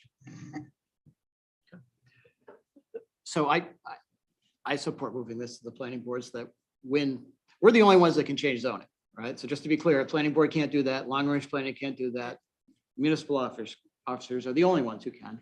And before I do that, I don't want to prejudge it. I want to have the best information possible, and I think sending it to the planning board and getting their feedback like we got from long range planning will, even if I don't support it at the end, I think will make for a more informed decision. So I do support this at first reading. Counselor Seiler. I agree with you, Chairman. Good, well said. Thank you. Let's call the vote then. Nice try. Yes. Counselor Anderson? Yes. Counselor Katarina? Yes. Counselor Hamel? No. Counselor Johnson? No. And Chairman Clucci? Yes. Motion passes. Thank you. Now back to order number 22-058. Act on the request from the Communication Committee to approve the topic for the next Council Corner Live on conservation and sustainability. I'm going to say Counselor Anderson. Okay, we try. So at our May 9th Communications Committee meeting, we talked about when to schedule and the topic for the next Counselor Corner Live, and we're looking to have the next one on June 16th from 6:30 to 8. And the topic that we voted unanimously to bring forward to the council for consideration is conservation and sustainability in Scarborough. Do I have a motion? So moved. Second. Any discussion? Counselor Johnson. It's almost over, folks. You wanted it to be over. Yeah, I want it to be over. I was going to suggest, I'm part of the communication committee, so I did vote unanimously on this. However, this is the opportunity for discussion. And I actually think maybe we should consider changing the topic to the Downs exemption. It will quickly follow a workshop with the Downs. It's time for the Downs exemption to get full exposure and have all kinds of input for the public. And one thing's assured, you'll be getting some attendance. And I'll even go. Just suggesting. Counselor Katarina. With all due respect to Counselor Johnson, I mean, I do believe that that's about the point we're going to be doing workshopping and perhaps voting on exemptions. So I don't see any need to have a Counselor Corner Live on that. There's going to be all sorts of opportunity for people to speak to us live or hybrid or whatever. So I think I support this. If I didn't already have a commitment for June 16th, I'd consider helping to host it because I used to be the liaison to sustainability and conservation and whatnot. So sorry. Counselor Hamel.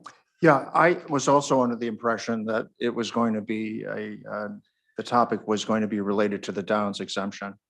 So I don't know what the reason for the change. And, with all due respect to Jean Marie, I know that's an expression she uses a lot.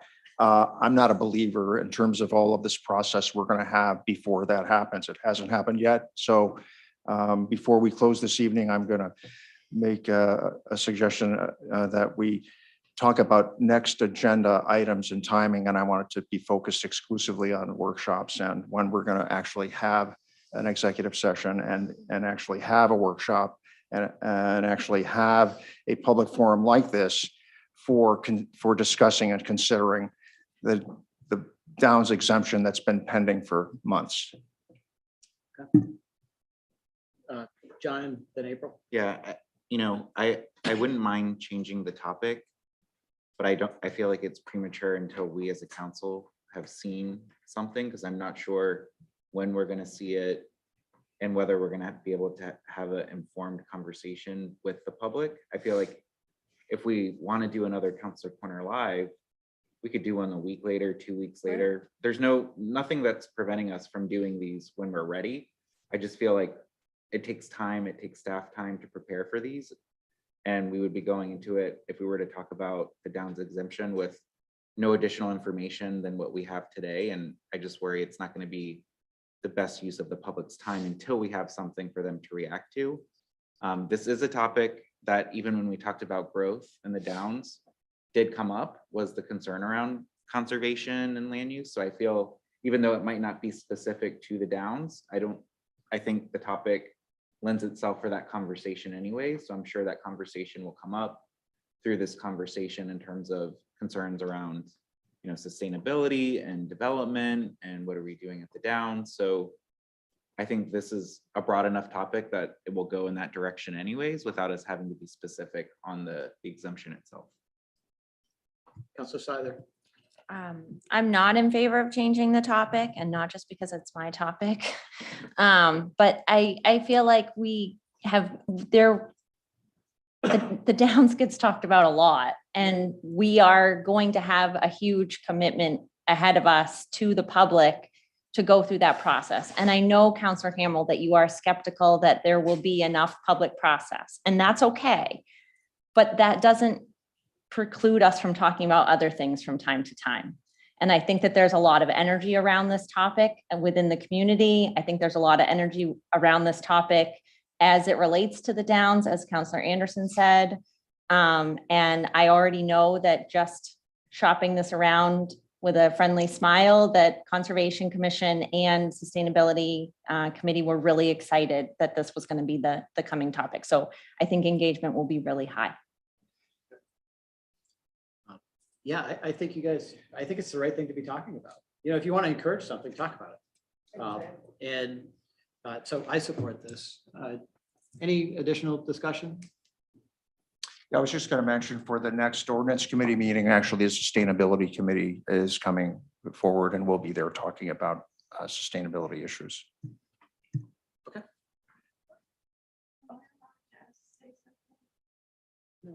It's already on the floor. We'll give you.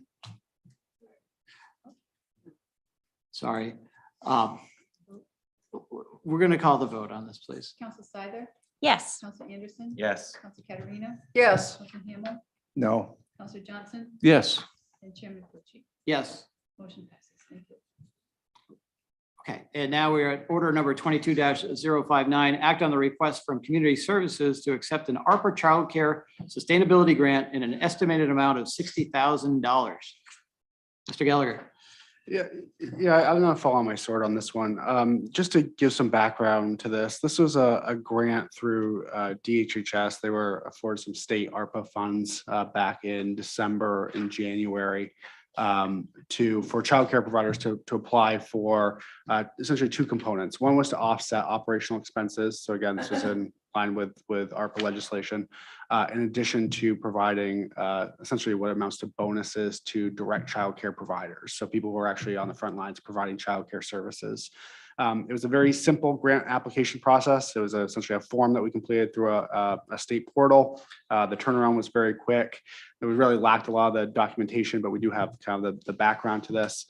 So I really should have brought this forward to the council back in January or February when we received the award. We've been sitting on the funds now, but it is, you know, it's a good purpose. I applaud the childcare staff and community services for looking for it. So that's why I'm leading this in, but Todd certainly can answer any questions you have about the specific grant. Thank you. Anything to add, Todd? You're here. We're here. The only thing I will add, one of the intentions of this is to be able to advertise for future staff. It's more about retention and retainment as well. If this is passed going forward, while this is enacted, we'll be able to hire, advertise, looking for part-time staff with a bonus that's above their hourly wage. That's the intent of it, is trying to reward people that are staying in the trenches, if you will, but then also attract new people and then try to retain them. And Thank you, sir. just one more thing to add. So the grant expects to award 11,000, you'll see it in the detail, 11,200 directly to the town to offset operational expenses. The additional funds are to be determined. Essentially, it's $200 per month per childcare provider. So if we have 10, we're gonna get $2,000 that month. If we have 30, it'll be much higher than that. A bigger number. Yeah, you're the numbers That's guy. where I'm at. Okay, and it's 10:30. So obviously, yeah. Very good. Thank you for bringing this forward. Do I have a motion? So moved. Second. Anybody? Second. All right. Any discussion? Only one quick note.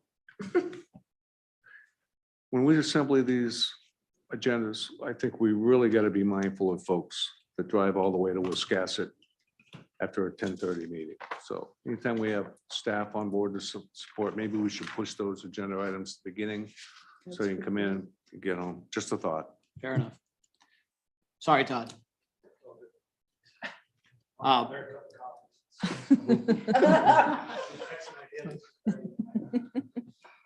So all those in favor of supporting this? It's unanimous. Cash the check. Thank you both. Drive safely. 9 is non-action items. We have none. Standing in, I'm going to combine items 10 and 11. If you have any council comments or special committee or liaison reports, please go for it. Mr. Anderson. I just want to remind the council that we have a tentative tour scheduled with the schools on Monday. I'm not sure if I could just get an indication by show of hands, who's going to be able to participate, so I can go back to the school to confirm or see if we need to reschedule. Right now, I asked for details and they said it could either be morning or it could be afternoon. It's really dependent on what works best for the council. I'm working on left tonight with building inspection. I have a tooth extraction, 240. Oof. I suspect I could make it. Sorry? I think I could make it. Okay. Counselor Hamel, will you be able to make it? Time again? It's Monday, and we could do the morning prior to your tooth extraction. That's fine. Okay. Yeah, I get them learned. Monday morning. Okay. 10 a.m. Tooth extraction at 240. So Monday morning, there was a calendar invite that was sent out on your I don't remember seeing them. Google Calendar. I remember. But I'll send out the specific times. Thanks. I need to learn how to use my Google Calendar, by the way. I don't use Google Calendar at all, so. Thank you, sir. Anything else? Nope. Counselor Seither. For the council's awareness, the Sustainability Committee and the Conservation Commission are planning a joint meeting to discuss some potential proposals that they would like to bring forward to the council as it relates to the development of the downs. Potentially some ordinance changes, more just big picture type things that they would like council to have attention to as we maybe consider some of these larger exemptions as they relate to sustainability and things like the EV charger ordinance and things like that. And so I just wanted the council to know that they will be having a joint meeting to discuss potential things that they would like to bring forward to the council. Thank you. Any other additions? Okay, seeing none, do I have a motion to adjourn? So moved. Second. All those in favor? We are done. Thank you, everybody. Have a good night. Thank you. Thank you for staying, Nancy.